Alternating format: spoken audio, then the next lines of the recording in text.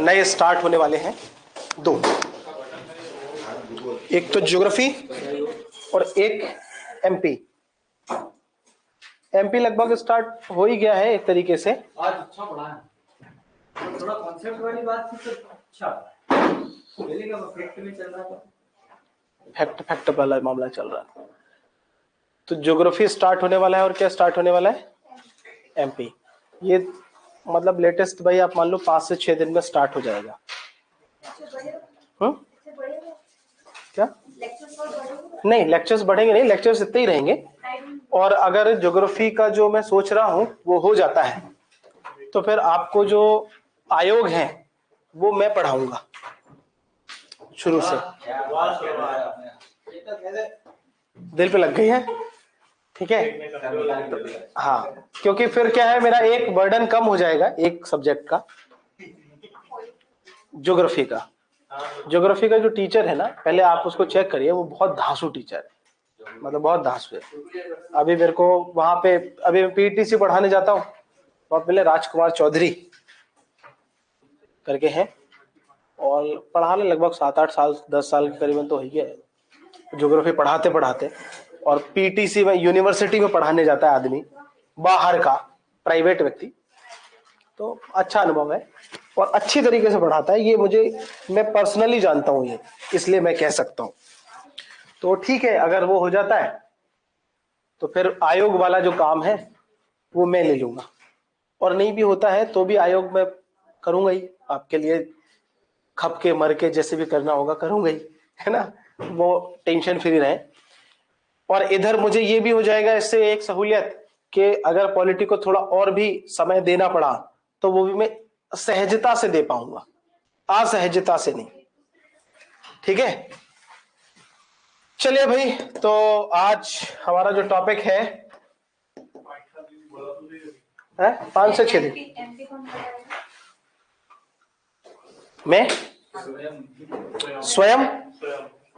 भाई मेरी खोज जो है ना वो 2 चीजों में थी कि या तो एमपी का अच्छा टीचर मिल जाए तो मैं ज्योग्राफी पढ़ाऊं, या ज्योग्राफी का अच्छा टीचर मिल जाए तो मैं एमपी पढ़ाऊं।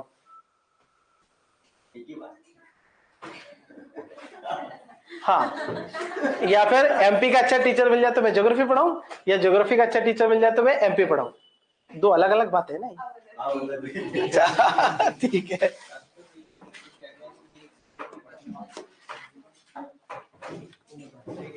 नहीं बात ये नहीं है, बात ये है कि एक साथ दोनों सब्जेक्ट नहीं पढ़ाऊंगा, एक साथ दोनों सब्जेक्ट नहीं पढ़ा सकता।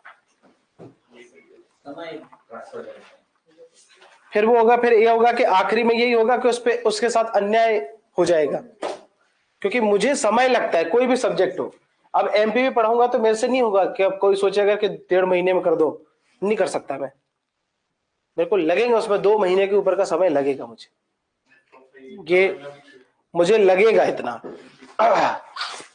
अब मुझे नहीं पता कैसे लोग बाग 15 दिन में 20 दिन में कोई चीज खत्म कर देते हैं। तो लिखवाते हैं ना सर, तो लिखवाने में इतना टाइम नहीं। खत्म के लिए खत्म थोड़ी ना करनी चाहिए, खत्म के लिए खत्म करना होता तो अपन अभी तक पॉलिटी से फ्री हो चुके होते, यूं कर देते। रस लेके पढ़ना है, रस लेके पढ़ना है। ठीक है, चलिए।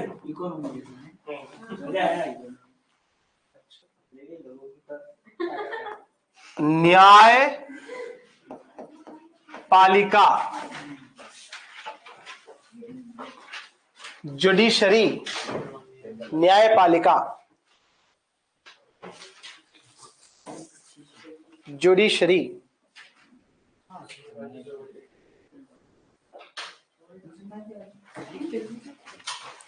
लिखेंगे, भारत में एकल न्याय व्यवस्था है। In India there is a single judiciary system.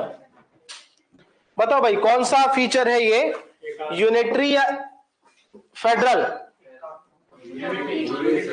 है यूनिटरी, एकात्मक या संघात्मक?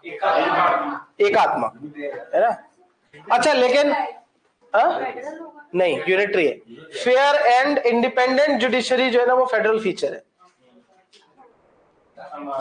स्वतंत्र एवं निष्पक्ष न्यायपालिका ये संघीय व्यवस्था का तत्व है, और एकल न्यायपालिका, एकहरी न्यायपालिका ये काय का है, यूनिटरी फीचर है। समझ में आ रही बात की नहीं आ रही? ठीक है, तो लिख लो। In India there is a provision of single judiciary system. ठीक है, भारत में इसे भारत शासन अधिनियम 1935 से लिया गया है। भारत में इसे भारत शासन अधिनियम 1935 से लिया गया है। In India it has been taken from government of India act 1935।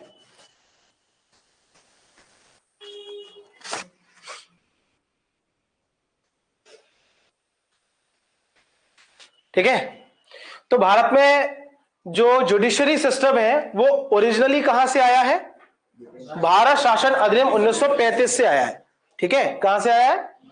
लेकिन अगर हम बात करें तो आपने जब वो पढ़े होंगे, मैंने आपको डेवलपमेंट ऑफ इंडियन कॉन्स्टिट्यूशन पढ़ाया था, तो उसमें मैंने बताया था 1773 में वॉरेन हेस्टिंग्स के समय में पहला चार्टर्ड एक्ट आया था।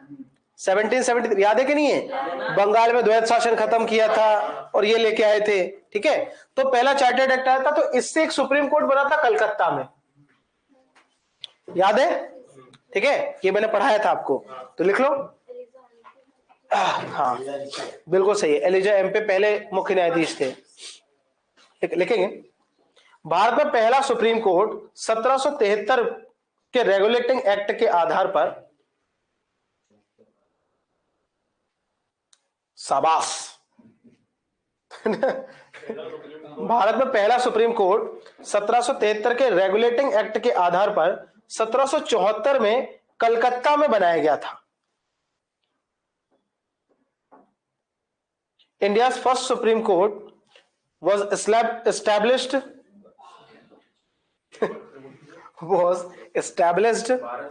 पहला सुप्रीम कोर्ट 1773 के रेगुलेटिंग एक्ट के आधार पर 1774 में कलकत्ता में बनाया गया था। ठीक है, क्या लिखवाया मैंने? India's first supreme court was established on the basis of Regulating Act 1773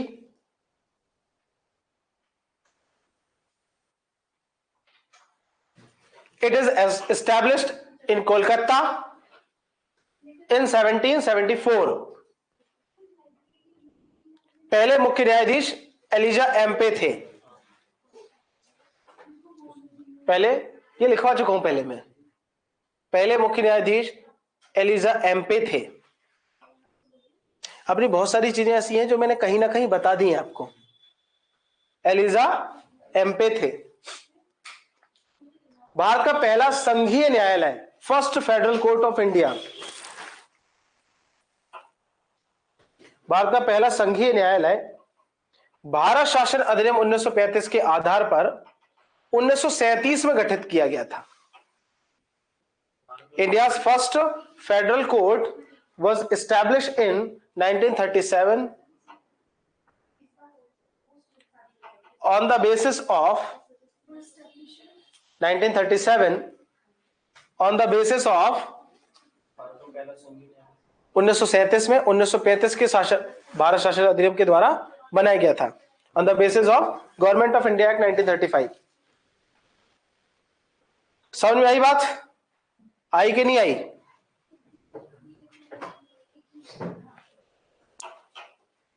इसके पहले न्यायाधीश सर मॉरिस ग्वायर थे। इसके पहले न्यायाधीश कौन थे? Sir Morris Gwyer. संघीय न्यायालय बनाया गया था। संघीय न्यायालय का मतलब होता केंद्रीय न्यायालय। मॉरिस ग्वायर, हाँ, Morris Gwyer was the first chief justice. लिख लिया ना अंग्रेजी में? Morris Gwyer was the first chief justice of that court. Gwyer, Gwyer,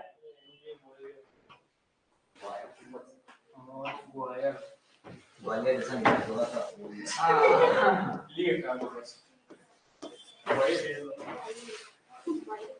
Gwalior, ग्वायोर, Gwyer, पता नहीं, बहुत सारी अलग अलग चीजें लिखी रहती हैं। ये अंग्रेजी के जितने भी नाम होते हैं ना, बहुत सारे अलग अलग सोर्सेस में इनके नाम ही अलग अलग लिखे रहते हैं, हाँ, उनके प्रोनाउंसिएशन भी अलग होते हैं। चलो लिखो, इस न्यायपालिका के विरुद्ध, इस न्यायालय के विरुद्ध प्रीवी काउंसिल में अपील की जा सकती थी। There is a provision of appeal in privy council against this court.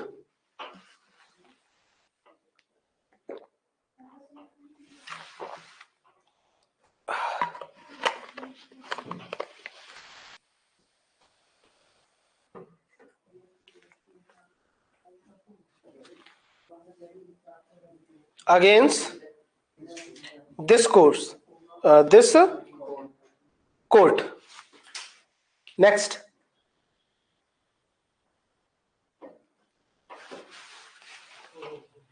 स्वतंत्रता के बाद पहले सुप्रीम कोर्ट का गठन 28 जनवरी 1950 को किया गया था।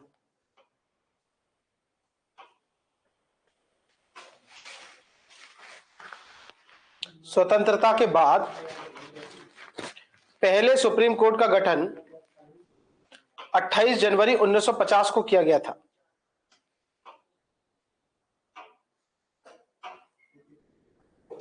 The first Supreme Court was formed on 28 January 1950. Formed on 28 जनवरी 1950, है ना, ब्रैकेट में लिख लेंगे इंडिपेंडेंट इंडिया का, स्वतंत्र भारत का, ठीक है। इसके पहले न्यायाधीश सर हीरालाल जे कानिया थे। कानिया नहीं, कानिया, कानिया मेरे ख्याल से बानिया होते होंगे। हीरालाल जे कानिया,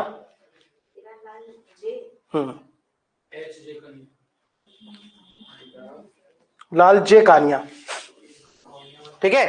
देखो, लंदन में प्रीवी काउंसिल थी, तो भारत में प्रीवी काउंसिल के स्थान पे जो बना था वो 1950 में बना था, ठीक है। तो ब्रैकेट में लिख लो, इसने लंदन की प्रीवी काउंसिल का भारत में स्थान लिया। इसने लंदन की प्रीवी काउंसिल का भारत में स्थान लिया, ठीक है। This court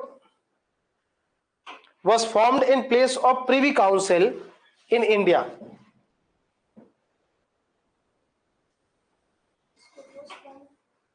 In place of Privy Council in India. In place of Privy Council.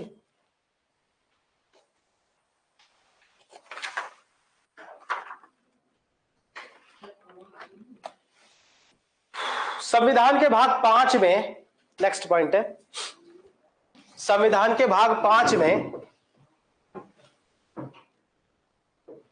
भाग 5 में अनुच्छेद 124 से लेकर 147 तक सुप्रीम कोर्ट का प्रावधान है।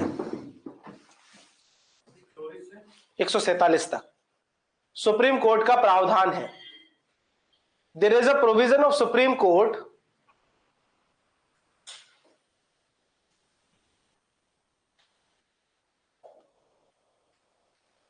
in part 5 from article 124 to 147.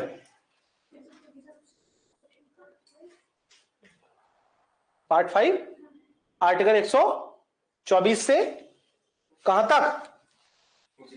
147 तक, ठीक है।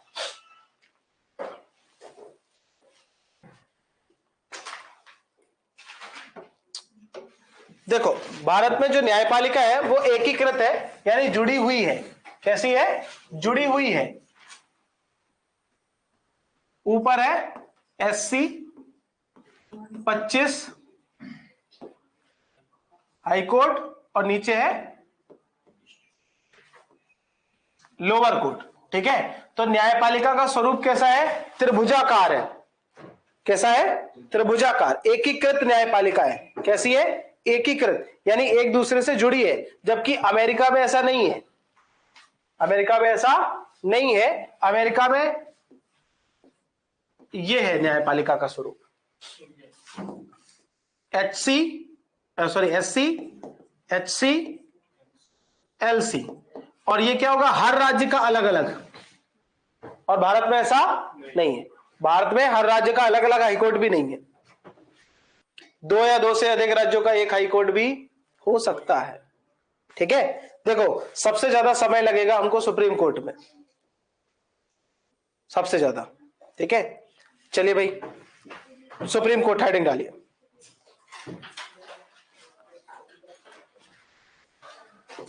सुप्रीम कोर्ट लिखेंगे। सुप्रीम कोर्ट संघीय न्यायालय के साथ साथ भारत का अंतिम अपीलीय न्यायालय भी है। Along with the federal court, it is the final appellate court of India. Bharat का अंतिम अपीलीय न्यायालय भी है। अपीलीय,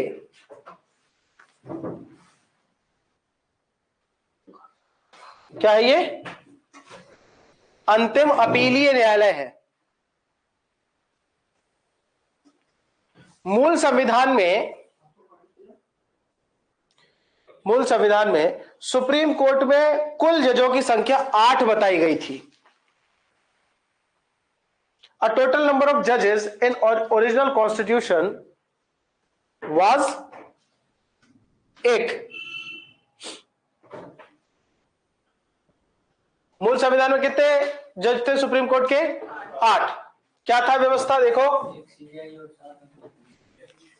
1+7। ठीक है, 1 क्या है? हाँ ठीक है, लिख लेंगे।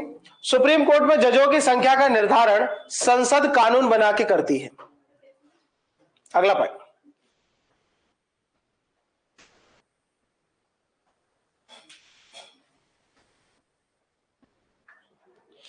नंबर ऑफ जजेस,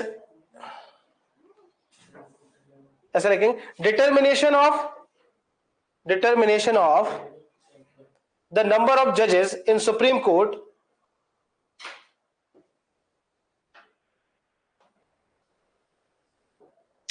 फिर सेंटेंस थोड़ा सा फॉर्म नहीं हुआ है। हाँ देखो, इज डन बाई, ऐसे लिखे, determination of the number of जजेस in Supreme Court is done by the parliament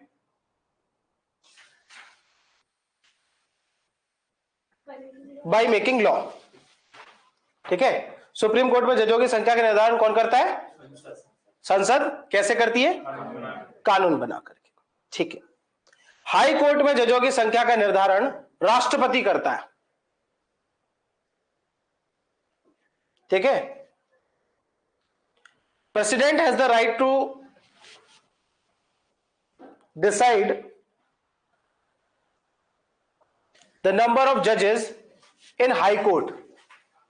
ठीक है, ब्रैकेट में लिखो, on the advice of council of minister, मंत्री परिषद की सलाह पर। किसकी सलाह पर?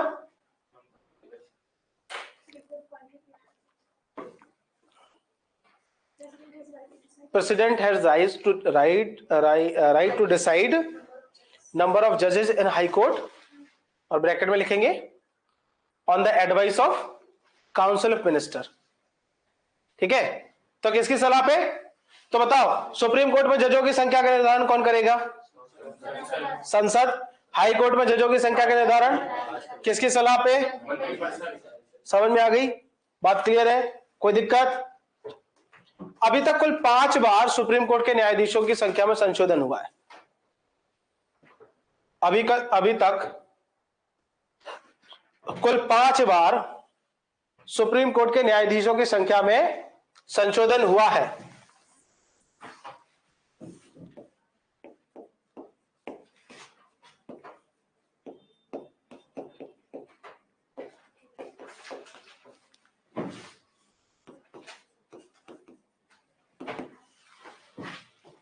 उन्नीस सौ छप्पन, 1+10, 1960, 1+13, 1977, 1+17,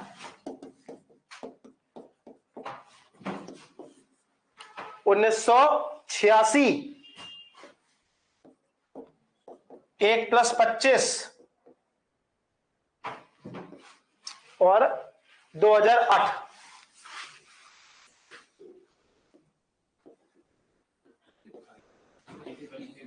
एक प्लस 30,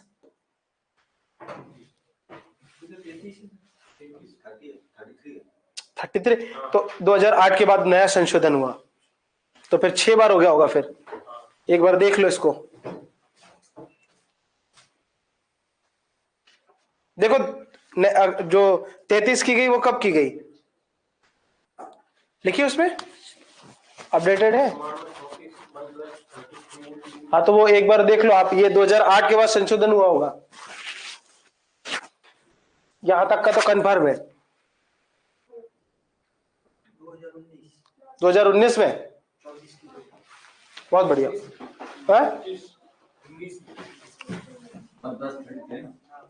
2019, 1+33, ठीक है। ला पेन, एक पेंसिल दे दो मेरे को, मैं भी अपडेट करूंगा। हाँ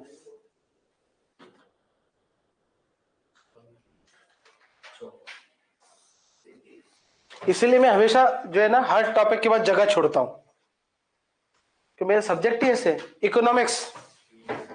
अब अगर मैं अभी पढ़ाऊं तो हो सकता है बहुत सारी चीजें बदल जाएं, मॉनेटरी रेट से लेकर के सब चीजें बदल गई होंगी, हिस्ट्री नहीं बदलती। अब तो वो 1192 में जो हुआ था वो 1192 में ही हुआ था, आप क्या कर लोगे उसमें? ओहो, चलिए तो कितने बार हो गया, 5 की जगह क्या लिखेंगे, 6 बार संशोधन हुआ, ठीक है। हेडिंग डालो, सुप्रीम कोर्ट के जजों की योग्यताएं, क्वालिफिकेशन ऑफ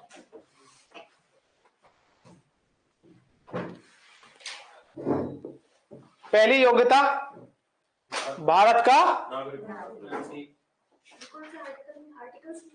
हाँ इसमें है ना 124, 124 सबसेक्शन 3 है।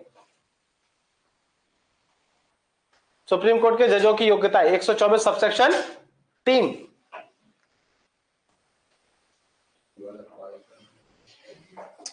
ठीक है। भारत का नागरिक हो। अब ये आप लोगों को ऐसा भले ही लगता होगा कि ये हर बार ऐसा क्यों लिखवा देते हैं, भारत का नागरिक हो, भारत का नागरिक हो। ये इसलिए लिखवाते हैं कि सपोज करो कि आप सुप्रीम कोर्ट के जज बन गए और उसके बाद आपने भारत की नागरिकता त्याग दी, आपको हटा तो सकते नहीं है। और अगर भारत का नागरिक लिखा ना हो योग्यता में, तो फिर इस बेसिस पे भी आप डिस्क्वालीफाई नहीं हो पाओगे। हो पाओगे कि नहीं हो पाओगे? नहीं हो पाओगे। तो आप रहो भले ही कहीं पे भी, पर आप भारत के नागरिक वाला तो मामला तो है नहीं, तो आप सुप्रीम कोर्ट के जज भी रहोगे। और अगर आपने अब कुछ भी आपराधिक काम कर दिया या कुछ भी चीजें कर दी, तो फिर आपको हटा भी नहीं पा रहे, क्योंकि इनके पदों को सुरक्षा है ना, इनके पदों को ऐसे नहीं हटा सकते। इसकी पूरी प्रक्रिया है महाभियोग की प्रक्रिया, महाभियोग जैसी प्रक्रिया है। समझ में आ रही कि नहीं आ रही? ठीक है। तो अब अगर ये भारत के नागरिक वाली, आप भारत का नागरिकता जैसे ही त्यागोगे, आप रह ही नहीं जाओगे, अपने आप डिस्क्वालीफाई हो गए, ठीक है। चलिए क्या लिखवाया मैंने, एक या एक से अधिक हाई कोर्ट में 10 वर्ष से अधिक अधिवक्ता रहा हो, 10 वर्ष से अधिक क्या रहा हो, अधिवक्ता, ठीक है।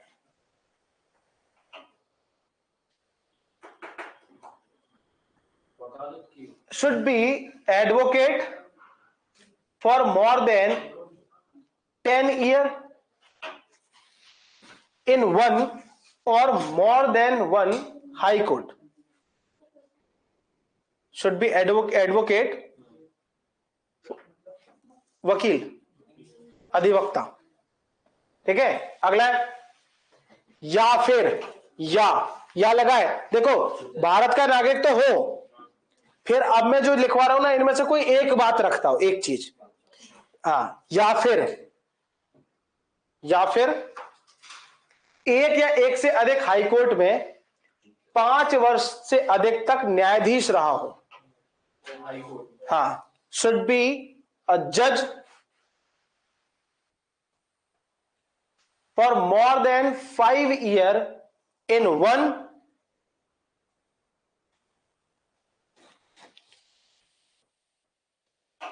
और more than one high court. ठीक है, एक या एक से अधिक हाई कोर्ट्स में कम से कम 5 साल क्या रहा हो। अच्छा बताओ, अभी बताओ मैंने कौन कौन सी योग्यताएं बताई है। भारत का नागरिक हो और इसके अलावा क्या हो, या तो हाई कोर्ट का 10 साल वकील रहा हो या फिर न्यायाधीश रहा हो। ठीक है, अब यह हाई कोर्ट का वकील का मतलब क्या है, प्राइवेट वाला भी इंक्लूड है क्या इसमें? समझ में आई कि नहीं आई? कैसा रहा हो, सरकारी, प्राइवेट भी बन सकता है, ऐसा नहीं कि प्राइवेट नहीं बन सकता है। प्राइवेट वाले को भी डायरेक्ट बना सकते हैं जज, डायरेक्ट, पर उसके लिए कंडीशन है। उसके लिए कंडीशन क्या है, राष्ट्रपति की नजर में विधिवेत्ता हो। किसकी नजर में? और राष्ट्रपति की नजर में कोई कुछ भी हो उससे फर्क नहीं पड़ता, राष्ट्रपति वही काम करेगा जो एडवाइस दी जाती है, और राष्ट्रपति को इस मामले में एडवाइस देता है सुप्रीम कोर्ट का चीफ जस्टिस। तो चीफ जस्टिस की नजर में अगर आप विधिवेत्ता है तो वो राष्ट्रपति की नजर में भी साबित कर देगा कि आप विधिवेत्ता है, तो वो आपको डायरेक्ट हाई कोर्ट में नियुक्त किया जा सकता है। सॉरी, सुप्रीम कोर्ट में। पॉइंट समझ में आ रही बात की नहीं आ रही? ठीक है, नेक्स्ट पॉइंट क्या है, या फिर राष्ट्रपति की राय में पारंगत विधिवेत्ता हो। ही शुड बी एन, हाँ सीजीआई राष्ट्रपति को कमेंट करेगा, वो मैं अभी प्रक्रिया बताऊंगा, उसको छोड़ दो।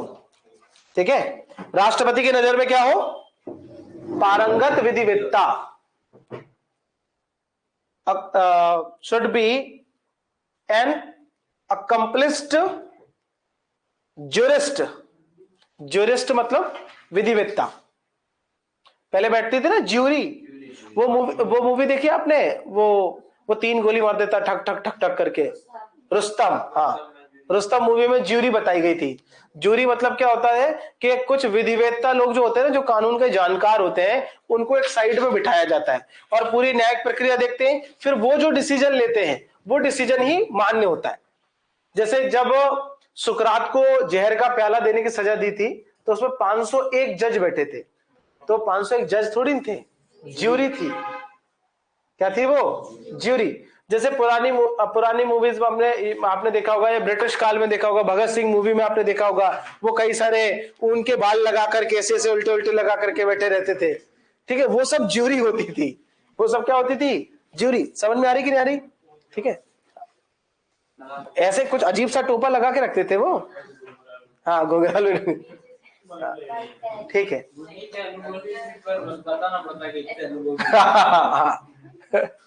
है, चलिए नेक्स्ट लिखेंगे। क्या लिखवाया मैंने? विधिवेत्ता राव। अगला है, नोट लगाओ, नोट लगाओ, नोट। सुप्रीम कोर्ट का जज बनने के लिए न्यूनतम आयु का प्रावधान नहीं है। There is no provision for minimum age to become a जज of supreme court.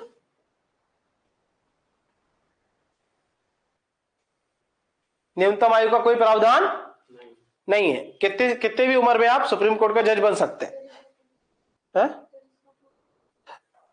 For minimum age to become a judge in supreme court ये तो सर वो होता है ना कि जिसकी उम्र सबसे ज्यादा होगी वही बनेगा। वो सीनेट नहीं, मिनिमम तो है ना। वो तो सुप्रीम कोर्ट का चीफ जस्टिस बनने के लिए है। चीफ जस्टिस बनने के लिए तो सबसे ज्यादा उम्र का पैमाना है, पर सुप्रीम कोर्ट का जज कौन बनेगा इसके लिए तो कोई न्यूनतम पैमाना नहीं है ना। पर अब तो फिर भी कम से कम 55 वर्ष की उम्र को परंपरा के तहत स्वीकार किया गया है, लिख लो। परंतु फिर भी कम से कम 55 वर्ष की उम्र कौन के तहत? परंपरा के तहत। परंपरा, प्रतिष्ठा, सम्मान, परंपरा के तहत स्वीकार किया गया है। But still being 55 year old is a tradition के तहत स्वीकार किया गया है। ये तो सर हाई कोर्ट के जजों की योग्यता है। सुप्रीम कोर्ट की बता रहा ना मैं तो। सुप्रीम कोर्ट हाँ, मुख्य न्यायाधीश की अभी सब आएगा, अभी डांट बरी है ना। लिखेंगे अधिकतम आयु 65 वर्ष है। हाँ, नोट में ही चल रहा है। अधिकतम आयु 65 वर्ष बनने की नहीं, खत्म होने खत्म, उसके बाद खत्म हो जाएगा मामला। 55 से 65, 55 से नीचे का नहीं बनता है और 65 के बाद तो रहता ही नहीं है। मतलब आपका बिल्कुल सब अच्छा रहा तो करियर मैक्सिमम 10 साल का हो सकता है सुप्रीम कोर्ट में, एक जज के रूप में। चीफ जज के रूप में तो हो ही नहीं सकता इतना। आप आओगे तो फिर कोई ना कोई हो जाएगा। 3 साल भी नहीं, ज्यादा से ज्यादा साल भर, 1.5 साल, 2 साल मैक्सिमम। मैक्सिमम वो भी तब देखो, आपसे ऊपर का कोई नहीं होना चाहिए एज में, है ना। हाँ, सीनियर नहीं होना चाहिए, और 65 साल की उम्र आपकी नहीं होनी चाहिए। अब 60 के बाद या तो आदमी मर ही जाता है 65 का होते होते, है ना। और पहली बात तो 62-63 से पहले आदमी खुद ही नहीं बन पाता, जज भी नहीं बन पाता वहां पर सुप्रीम कोर्ट का। कितना हाई, कितनी हाई पहुंच चाहिए होगी तब जाकर के आप बन पाएंगे। ठीक है, चलिए भाई लिखेंगे शपथ, है ना। लिखो कसम, कसम 124 सबसेक्शन 6।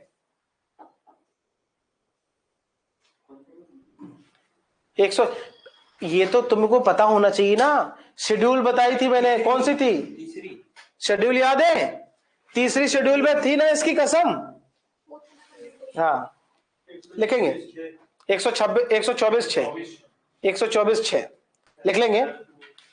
ये भारत के राष्ट्रपति के सामने कसम खाता है, वाला शपथ लेता है।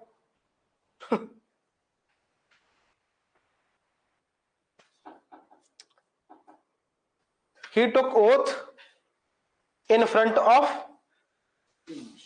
president or some other person appointed by him, अथवा किसी अन्य व्यक्ति के सामने जिसकी नियुक्ति राष्ट्रपति के द्वारा की गई हो। क्यों? हाँ, he took oath in front of president or some other person appointed by president। अब आ गया समझ में? प्रेसिडेंट फॉर दिस पर्पस, और लगा लो, नहीं लगा रहता। सर जो 12 नियुक्ति करता है राष्ट्रपति, जो 12 उनके सामने भी खा सकता है सर? नहीं, वो भी राष्ट्रपति। अरे भाई, राष्ट्रपति ने इसको कसम दिलाने के लिए किसी को अपॉइंट किया हो तो 12 को नियुक्ति? नहीं नहीं, वो तो राज्यसभा में करता है, वो अलग मैटर है, वो अलग है, वो अलग है। केवल कसम देने के लिए वो राज्यसभा में मनोनीत कर दिया, वो कानून बनाने के लिए मनोनीत किया उसने। ठीक है, फिर उसने कहा कि गुर्जर साहब, आपकी जिम्मेदारी है कि आज से आप जो एक पद पे रहेंगे जिसका नाम है कसम दिलाने वाला पद। ठीक है, और ये पद का मैं आज से सृजन करता हूं, और इस पद पे जो भी व्यक्ति रहेगा उसका केवल एक ही काम होगा कि सुप्रीम कोर्ट के जजों को कसम दिलाएगा वो। तो स्पेसिफिक कसम दिलाने के लिए कोई पोस्ट बना दे तो उसके सामने खा लेगा। या राष्ट्रपति ने कहा कि आज से ऐसा है कि मैं बहुत बिजी रहता हूं, मेरे पास और भी बहुत सारे काम है, घर के काम भी मुझे करने रहते हैं, तो आज से जो है वो सुप्रीम कोर्ट का चीफ जज जो है ना, वो लोकसभा के अध्यक्ष के सामने कसम खाएगा। तो राष्ट्रपति ने अपनी पावर जो है ना वो ट्रांसफर कर दी किसी के नाम पे। तो उसके सामने खाएगा फिर। और अभी तक ऐसा हुआ नहीं है कि किसी को ट्रांसफर किया, राष्ट्रपति भी सोचता है मैं काम ही क्या करता हूं, तो कसम ही दिला दूं किसी को, कौन सी बड़ी बात है इसमें। समझ में आई बात की नहीं आई? ठीक है, चलो क्या लिखवाया मैंने? हाँ, संविधान के प्रति सच्ची श्रद्धा की कसम खाता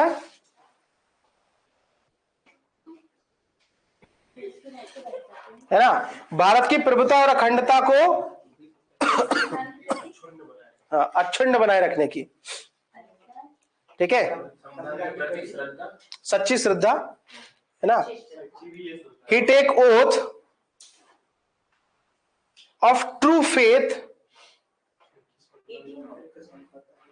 एंड, श्रद्धा को क्या बोलते हैं? श्रद्धा को एलिगेंसी क्या बोलते हैं, है ना, एलिगेंसी बोलते हैं श्रद्धा या निष्ठा को, ठीक है। True faith and allegiance towards the constitution. He take oath of true faith and elegancy towards the constitution and uphold the sovereignty and integrity of India. और भारत की प्रभुता और अखंडता को अक्षुण्ण बनाए रखने की कसम खाता है। सच्ची श्रद्धा और निष्ठा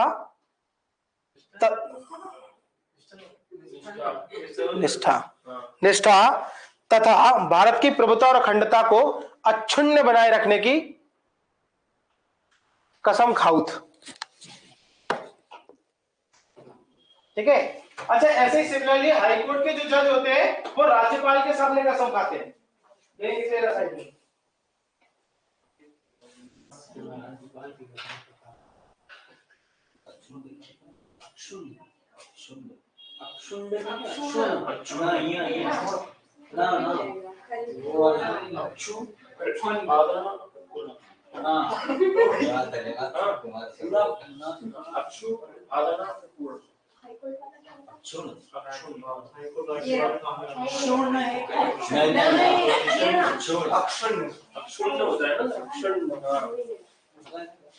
चलो तो बीच में यहीं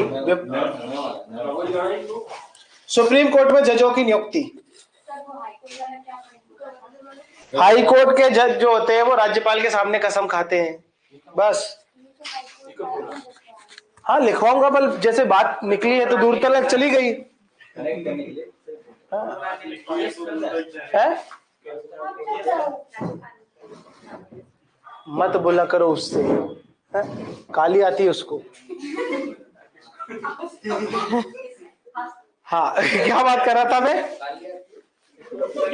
काली माता का वरदान है। चलो, सुप्रीम कोर्ट में जजों की नियुक्ति।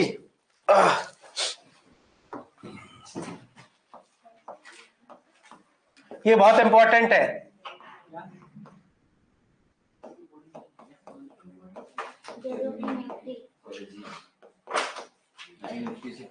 क्योंकि इसमें थोड़ा सा विवाद भी रहता है, विवाद भी है और थोड़ा कंफ्यूजन भी रहता है। हाँ लिखेंगे, अनुच्छेद 124 सबसेक्शन 2 में दिया गया है? हाँ, अपॉइंटमेंट ऑफ जजेस इन सुप्रीम कोर्ट 124 सबसेक्शन 2, ठीक है, राष्ट्रपति के द्वारा की जाएगी।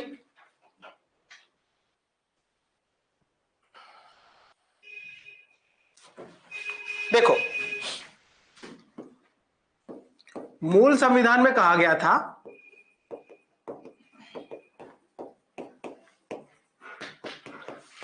पी चाहे तो सीजे आई से सलाह ले सकता है।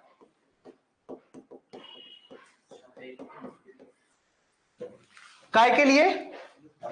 इन regarding to appointment in of जजेस इन सुप्रीम कोर्ट। ठीक है। तो जो भी सुप्रीम कोर्ट में जजों की नियुक्ति करनी है उसके संबंध में पीठ चाहे तो सलाह मांग सकता है। ये कहां लिखा था? मूल संविधान में, ठीक है। 1993 में सुप्रीम कोर्ट ने एक निर्णय दिया,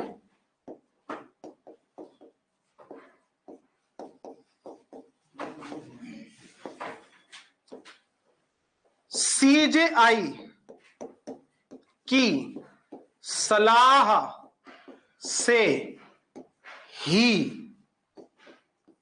पीओजे की नियुक्ति करेगा। क्या हुआ इसका मतलब?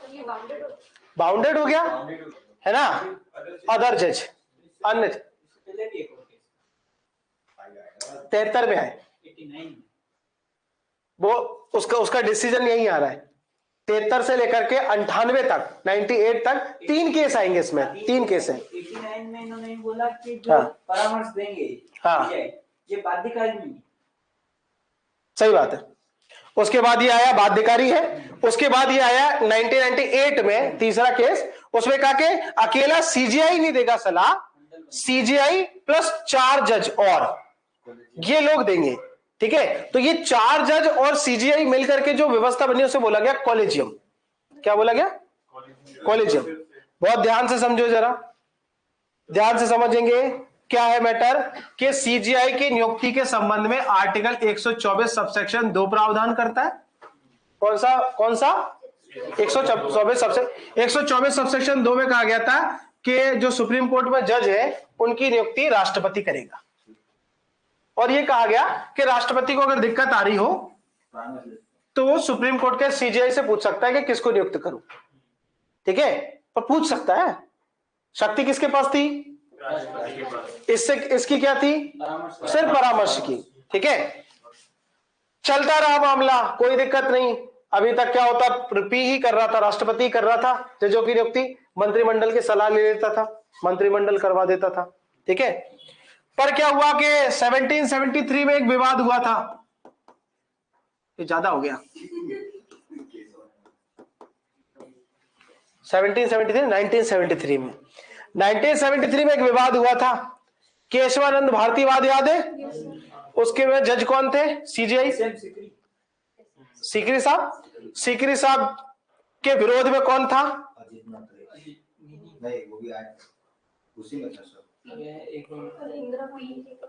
एम.एन. रॉय। क्या नाम था यार उनका? देखो एक, हाँ एम.एन. रॉय ही थे। एम.एन. रॉय ही थे। एम.एन. रॉय विरोध में थे केशवानंद भारतीवाद में, याद करो मैंने पढ़ाया था उस समय। और आगे जिस दिन सीकरी साहब रिटायर हुए, केशवानंद भारतीवाद आया, उसके अगले दिन सीकरी साहब रिटायर हुए और उसी दिन जो है ना वो एम.एन. रॉय को 3 जजों के ऊपर सुपरसीड करके इंदिरा गांधी ने सीजीआई बना दिया था, याद आया। और इन्होंने केशवानंद भारतीवाद को पलटने की कोशिश की थी। नहीं पढ़ाया था मैंने? याद है ना? हाँ, तो इन्होंने पलटने की कोशिश की थी, मैंने पूरी कहानी बताई थी, ठीक है। तो ये जो एम.एन. रॉय थे, ये रॉय साहब के मामले में जो है वो बड़ा विवाद हुआ कि इनको कैसे बना दिया।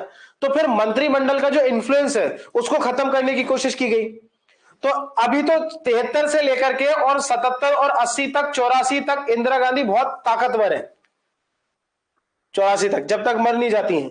तो इंदिरा गांधी के रहते हुए तो ये काम हो नहीं सकता था, ठीक है। फिर क्या हुआ, उनके बेटे आए, उनकी डेथ के बाद मामला थोड़ा ढीला हुआ, जैसे तैसे जब इनका सबका जो शक्ति थी वो थोड़ी कमजोर होती गई। तो सुप्रीम कोर्ट में 1989 में ये मामला आया कि जो सुप्रीम कोर्ट का चीफ जज होगा वो ही सलाह देगा, वो सलाह देगा राष्ट्रपति को जजों की नियुक्ति के संदर्भ में, पर वो बाध्यकारी नहीं है, चाहे तो अपने हिसाब से स्वविवेक से भी निर्णय ले सकता है। पर वही चीज है, 1993 में सुप्रीम कोर्ट ने यह डिक्लेयर कर दिया कि नहीं, ऐसा नहीं है, सुप्रीम कोर्ट का चीफ जज ही सलाह देगा और उसको ही नियुक्त करना पड़ेगा। पर सुप्रीम कोर्ट ने, क्योंकि ये यहां पर क्या था, जो आर्टिकल नंबर 50 था उसका प्रैक्टिकल इंप्लीमेंटेशन शुरू हो गया, हाँ, न्यायपालिका का विधायिका और कार्यपालिका से पृथककरण। ठीक है, तो उसका डीपीएसपी में है ना शुरू हो गया। तो 1993 में केस आया कि सुप्रीम कोर्ट के निर्णय के द्वारा, सीजीआई के निर्णय के द्वारा ही सुप्रीम कोर्ट में जजों की नियुक्ति की जाएगी। समझ में आ गई बात? नहीं आई? ठीक है, फिर 1998 में ये केस आया। अब क्या हुआ, 1998 तक ये देखा गया कि जो सीजीआई बनता है वो अकेले ही सजेशन दे रहा है, तो वो अकेले अपने पसंद के लोगों को ही, जो भी आदमी सीजीआई बनता था वो अपने रिश्तेदारों को सुप्रीम कोर्ट में भरवा देता था। सब एक दूसरे के रिश्तेदारी चल रहे, तुम देख लेना, हाई कोर्ट में चाचा भतीजे मामा काका फूफा दादा वो सब वही चल रहे है ना। तो वंशवाद, नेपोटिज्म है ना, नेपोटिज्म बढ़ रहा है। तो इस वजह से जो है ना 1998 में ये कहा गया, सुप्रीम कोर्ट ने ये कहा कि सीजीआई अकेला नहीं करेगा, सीजीआई +4 करेंगे। तो इस सीजीआई +4 व्यवस्था को कहा जाता है कॉलेजियम। क्या कहा जाता है? कॉलेजियम। समझ में आई बात कि नहीं आई? ठीक है, तो कॉलेजियम का डेवलपमेंट कैसे हुआ पता चल गया, क्लियर हुआ? ठीक है, तो चलो लिख लो। हाँ बना लो ना। ये जैसे कि इन्होंने जो कॉलेजियम बनाए, अब जो कॉलेजियम देगा परामर्श, हाँ, वो बाध्यकारी होगा? बिल्कुल बाध्यकारी है, उसको ही, उसकी ही बात माननी पड़ेगी।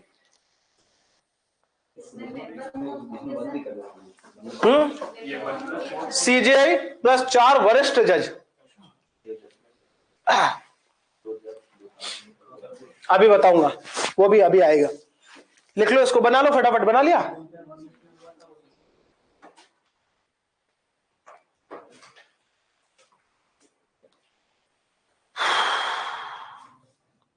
ठीक है, यहीं पे नीचे लिख रहे हैं 1998 में क्या प्रोविजन किया गया, सीजीआई +4, और यहां 4 के नीचे लिख लेना 3 मार के, सीनियर मोस्ट जज,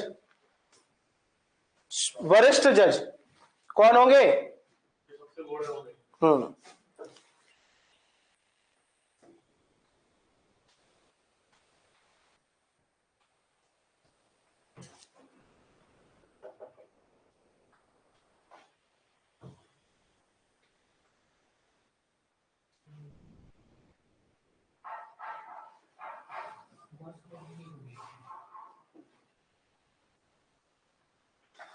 सीनियर मोस्ट जज।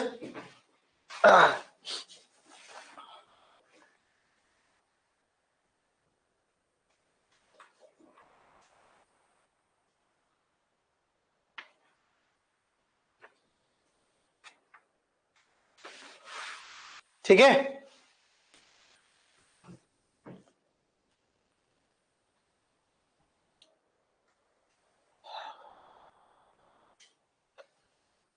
हो गया? नीचे लिखो, सुप्रीम कोर्ट के सभी न्यायाधीशों की नियुक्ति कॉलेजियम की सहायता पर पी के द्वारा की जाती है। ठीक है, हेडिंग डालो, मुख्य न्यायाधीश की नियुक्ति से संबंधित विवाद। Good afternoon. मुख्य ही की जाती है कॉलेजियम की सलाह पर पी के द्वारा की जाती है। ठीक है, हेडिंग डालेंगे dispute related to appointment of CJI, मुख्य न्यायाधीश की नियुक्ति से संबंधित विवाद।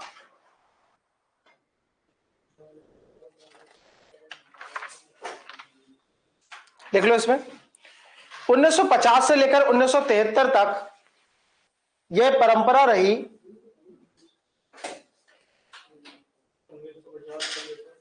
1973 तक यह परंपरा रही कि सबसे वरिष्ठ जज को ही मुख्य न्यायाधीश बनाया जाएगा। ठीक है, it is a tradition from 1950 to 1973 that the senior most judge 50 to 73 1973 1950 to 1973 ठीक है, It is the tradition from 1950 to 1973 that the senior most judge can only become the Chief Justice of India, कि सबसे वरिष्ठ न्यायाधीश ही भारत का मुख्य न्यायाधीश बनेगा। परंतु बट इन 1973 लेकिन परंतु 1973 में एमएन राय को 3 वरिष्ठ जजों पर वरीयता देते हुए मुख्य न्यायाधीश बना दिया गया। ठीक है, अब देखो, क्योंकि मुख्य न्यायाधीश के बारे में कोई नियम नहीं था कि मुख्य न्यायाधीश कौन बनेगा, तो इंदिरा गांधी ने क्या किया, क्योंकि मंत्रिपरिषद से सलाह मांग करके राष्ट्रपति किसी को भी मुख्य न्यायाधीश या न्यायाधीश बनाता था, तो इंदिरा गांधी ने सजेशन दिया कि एमएन राय को आप मुख्य न्यायाधीश बना दो। तो राष्ट्रपति ने किसको अपॉइंट कर दिया मुख्य न्यायाधीश के तौर पे? एमएन रॉय।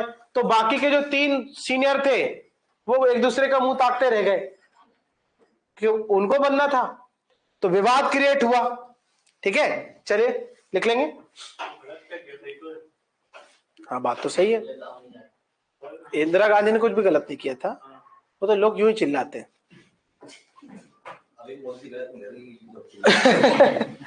चलिए, क्या लिखवाया मैंने? हाँ, इंग्लिश में क्या लिखवाया था? But in 1973 M N Roy was appointed as CGI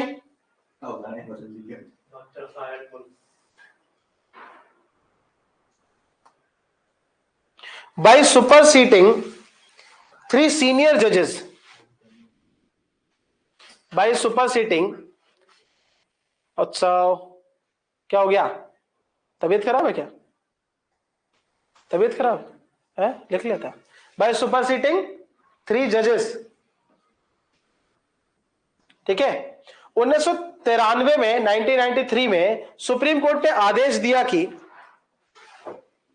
93 का आदेश समझ में आ रहा? यही वाला। ठीक है, हाँ, क्या बोला मैंने? 1993 में सुप्रीम कोर्ट ने आदेश दिया कि वरिष्ठ न्यायाधीश को ही मुख्य न्यायाधीश बनाया जाएगा। इन 1993 supreme court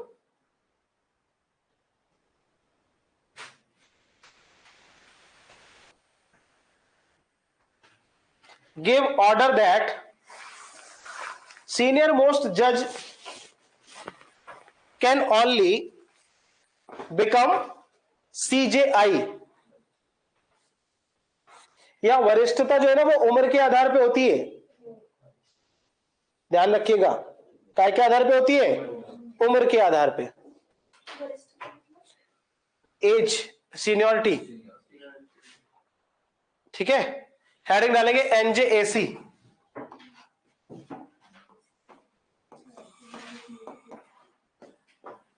national judiciary appointment commission, राष्ट्रीय न्यायिक नियुक्ति आयोग।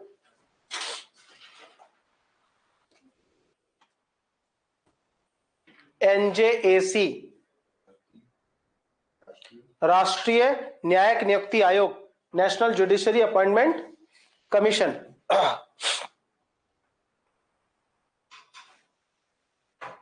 अब आपको तो पता ही है कि नरेंद्र मोदी जी जब प्रधानमंत्री बने तो फिर उन्होंने काड़ी करना शुरू किया हर जगह, क्योंकि वो माउंटेन ड्यू पी करके आए थे। आज को तूफानी करते हैं, तो उन्होंने कोशिश की कि आर्टिकल नंबर 50 को वायलेट कर दे वो।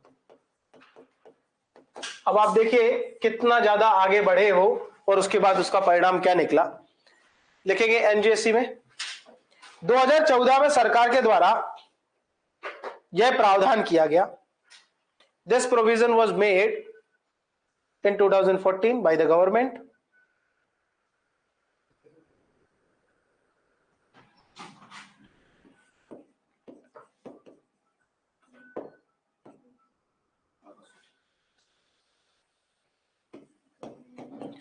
इधर पहले समझो, थोड़ा सा मामला समझो पहले, उसके बाद बात करेंगे आगे।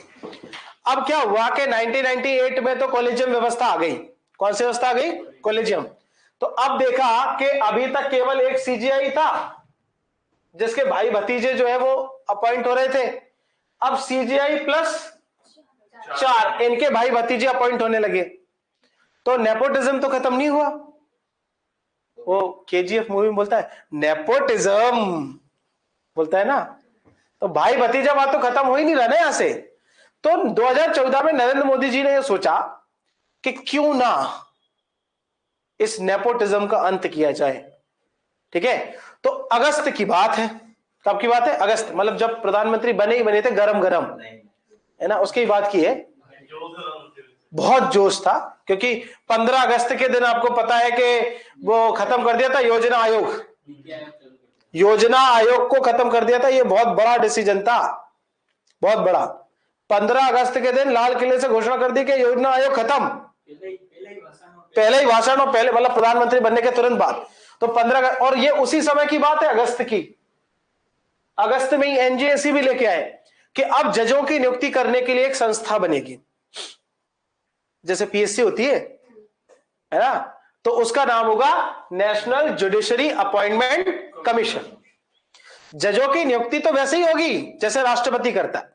राष्ट्रपति करता है, राष्ट्रपति को अधिकार रहेगा, पर रिकमेंडेशन किसको जज बनाना है ये काम ये संस्था करेगी। कौन सी संस्था करेगी? ये। ठीक है, इसमें टोटल 6 मेंबर होंगे। कितने मेंबर होंगे? 6। उनकी बात बताऊंगा अभी कि कौन कौन होंगे वो मेंबर, वो एक एक्स्ट्रा सब्जेक्ट है। तो इसके लिए पहले तो कानून बनाना था। तो अगस्त 2014 में लोकसभा से और राज्यसभा से दोनों से पारित करवा लिया। राज्यसभा से और लोकसभा से, है ना। 20-22 अगस्त के आसपास की कुछ बात है। ठीक है, तो पूरे संसद ने पास कर दिया। दिसंबर 2014 में राष्ट्रपति प्रणब मुखर्जी हुआ करते थे उस समय। प्रणब मुखर्जी ने, प्रणब दादा ने इस पे साइन भी कर दिए, यानी फाइनल हो गया। कब तो कानून बन गया। राष्ट्रपति के साइन के बाद क्या हो जाता है? कानून बन जाता है। पर तुरंत सुप्रीम कोर्ट ने कहा रुको, थमा, इधर लाओ, जुडिशियल रिव्यू करना है इसका, न्यायिक पुनरावलोकन। जुडिशियल रिव्यू किया। 2-3 महीने बाद 2015 में सुप्रीम कोर्ट ने इस एनजेएसी को कैंसिल कर दिया कि एनजेएसी प्रैक्टिकल फॉर्म में नहीं आ सकता है। ठीक है, अब क्यों कैंसिल किया, क्या मैटर था, उसको हम लोग एक एक स्टेप बाय स्टेप समझेंगे। बाकी आपको ओवरऑल कहानी इसकी कथा समझ में आई कि क्या हुआ। ठीक है, अब आप मुझे बताइए कि कौन कौन से संविधान के आर्टिकल का इसने वायलेशन किया और क्या संविधान की मूल आत्मा का वायलेशन किया था इसने, वो भी आप मुझे बताइएगा। मैं जैसे जैसे इसके प्रोविजन बताऊंगा वैसे वैसे बताना आप। ठीक है, चल ध्यान रखिएगा। तो लिख लेंगे 2014 में इसे संसद के द्वारा पास कर दिया गया।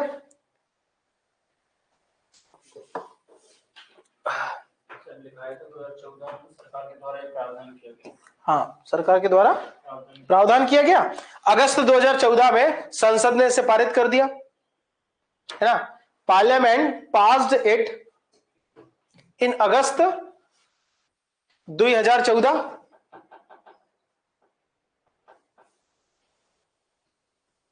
ठीक है, यहां ब्रैकेट में लिख लो 99वां संविधान संशोधन था ये। इसे 16 राज्यों की विधानसभाओं ने भी पारित कर दिया।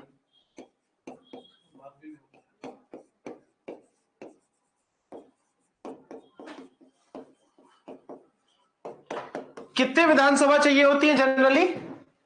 14 प्लस, हाँ, तो 16 ने कर दिया। हाँ, समझ में आ रही कि नहीं आ रही? ठीक है, तो 16 राज्यों की विधानसभाओं से भी ये पारित हो गया। कितनी मेहनत करी होगी मोदी जी ने 16 राज्यों से पारित करवाने में। बहुत बड़ा चेंज था ये। ठीक है, 31 दिसंबर 2014 को राष्ट्रपति ने हस्ताक्षर कर दिए। 31 दिसंबर 2014, हाँ, 31 पार्टी के तुरंत पहले इसके, हाँ, इधर साइन हो तो करे पार्टी। ठीक है, 31 दिसंबर 2014 को प्रेसिडेंट साइंड इट। कौन थे उस समय प्रेसिडेंट? प्रणब मुखर्जी। और 13 अप्रैल 2015 से इसे पूरे भारत में लागू कर दिया गया। कब लागू कर दिया गया? इट वॉज इंप्लीमेंटेड फ्रॉम 13 अप्रैल 2015।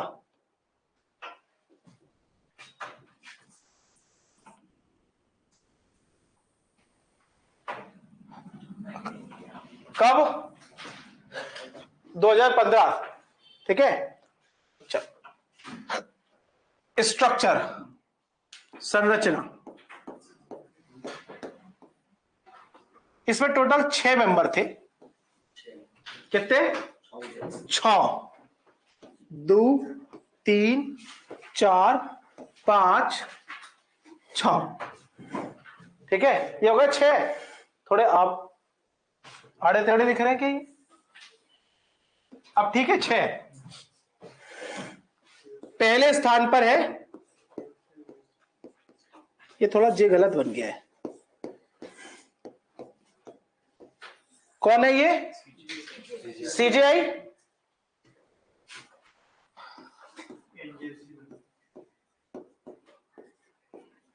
ये कौन है?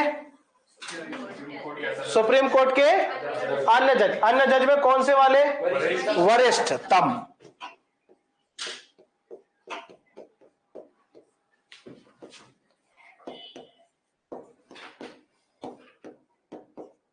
ये कौन है?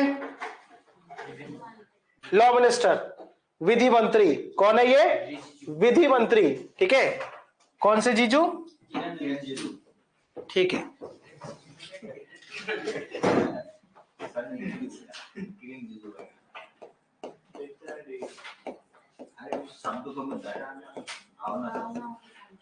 ये कौन है? मंत्री। कौन है ये? मनोनीत सदस्य। कौन है? मनोनीत सदस्य। ठीक है।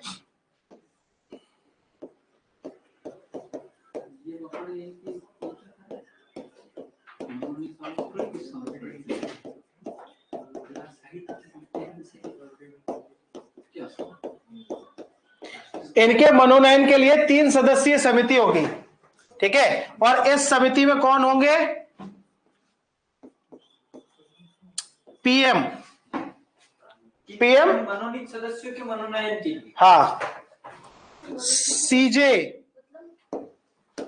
ये जो 2 सदस्य होंगे ना, ये 2 अपॉइंटेड, नॉमिनेटेड। हाँ हाँ। अरे इतना टेंशन क्यों ले रही है तू? घबरा मत। 3-4 बार 6 बार जब तक बोलूंगा नहीं तब तक यहां से जाऊंगा नहीं मैं। ठीक है। पीएम, सीजे और विपक्ष का नेता, लीडर ऑफ अपोजिशन। नहीं, इधर देखो, अब पूरा ध्यान से सुनो। कितने सदस्य होगा? 1 2 3 4 5 और 6। ठीक है। टोटल मेंबर कितने होंगे इस एनजेसी में?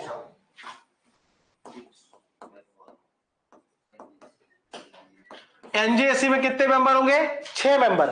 जिसमें से पहला मेंबर कौन होगा? दूसरा मेंबर सुप्रीम कोर्ट का सीनियर मोस्ट जज। तीसरा मेंबर सीनियर मोस्ट जज, जो भी उसके बाद सीनियर होगा। तो ये 2 हो गए। ठीक है। इसके बाद कौन होगा? लॉ मिनिस्टर, विधि मंत्री। ठीक है। विधि मंत्री पदेन सदस्य होगा, एक्स ऑफिशियो मेंबर होगा इसका। कैसा होगा? एक्स ऑफिशियो, पदेन सदस्य। नहीं, वो तो रहेगा ही। आयोग का काम खत्म ही नहीं होना है, हमेशा चलेगा। तो फिर पदेन का मतलब है जो भी विधि मंत्री होगा वो इस पद पे रहेगा। पदेन का मतलब ये होता है कि ये जो आयोग बना, हाँ, जो भी निकाय बना है, हाँ, उसका काम खत्म होने के बाद उसका पद स्वतः समाप्त हो नहीं। पदेन का मतलब होता है एक पद पे है, इस वजह से किसी दूसरे पद पे भी है। जैसे उपराष्ट्रपति जो होता है वो राज्यसभा का पदेन सभापति होता है। मतलब जो भी उपराष्ट्रपति होगा वो ही राज्यसभा का पदेन सभापति भी होगा, एक्स ऑफिशियो चेयरपर्सन। अलग से कोई व्यवस्था नहीं है। ठीक है। तो विधि मंत्री क्या बनेगा इसका? Ex officio member. ठीक है। अच्छा, इसके बाद ये जो 2 मेंबर हैं, अब ये 2 मेंबर कौन होंगे, इनको अपॉइंट किया जाएगा, और इनको अपॉइंट करने के लिए 3 लोगों की कमेटी होगी। ये 3 लोग जो है वो डिसाइड करेंगे कि ये 2 कौन होंगे। नहीं आई बात समझ में? क्लियर हो गई? लोकसभा का नियंत्रण हो जाएगा। अरे वो तो अब अभी अपन फिर डिस्कशन करेंगे, पहले ये बताओ ये समझ में आया कि नहीं आया? हाँ, आगे। किसी कोई भी? हाँ, अरे भाई चीफ जस्टिस ये इंडिया का ही है। अरे ये तो इस समिति में है, इन दोनों लोगों को डिसाइड करने के लिए। ये कमेटी है जिसमें ये लोग 3 लोग मिलकर के ये डिसाइड करेंगे कि ये 2 कौन होंगे। समझ में आई बात? समझ में आई? कोई कंफ्यूजन है, कोई तकलीफ है? नहीं है? पक्का? आरती? चलो इतनी बात क्लियर हो गई है ना। अच्छा देखो, अब इसका एक प्रोविजन सुनो कि अगर इन 6 मेंबर में से, बहुत ध्यान से सुनना, इन 6 मेंबर में से किन्हीं भी 2 मेंबर ने किसी भी व्यक्ति के नाम के ऊपर ऑब्जेक्शन लगा दिया तो फिर वो जज नहीं बन सकता। 2 व्यक्तियों ने। नहीं आ रही बात समझ में? हाँ या ना? क्या आ रही बात समझ में? इन 6 में से अगर कोई भी 2 व्यक्ति, सपोज करो इन 6 लोगों ने ये कहा कि गुर्जर साहब आप जो है वो आप सीजीआई बने, राष्ट्रपति के सामने आपका नाम पहुंचा रहे कि आप क्या बनेंगे, जज बनेंगे सुप्रीम कोर्ट में।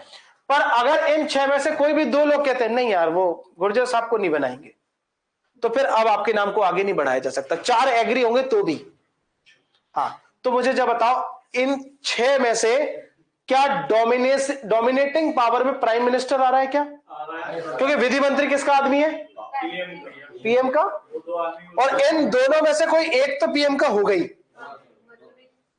नहीं आ रही बात समझ में कि नहीं आ रही? ठीक है, तो कुल मिलाकर के ये हो जाएगा कि जिसको मोदी चाहेगा वही सुप्रीम कोर्ट में जज बनेगा या प्राइम मिनिस्टर चाहेगा। समझ में आ रही बात कि नहीं आ रही? हाँ या ना? हाँ या ना? ठीक है, तो अब बताओ जरा, क्या क्या क्या ये जो व्यवस्था है एनजेएसी, ये व्यवस्था न्यायपालिका में लोकसभा के हस्तक्षेप को बढ़ा रही है? बढ़ा रही है?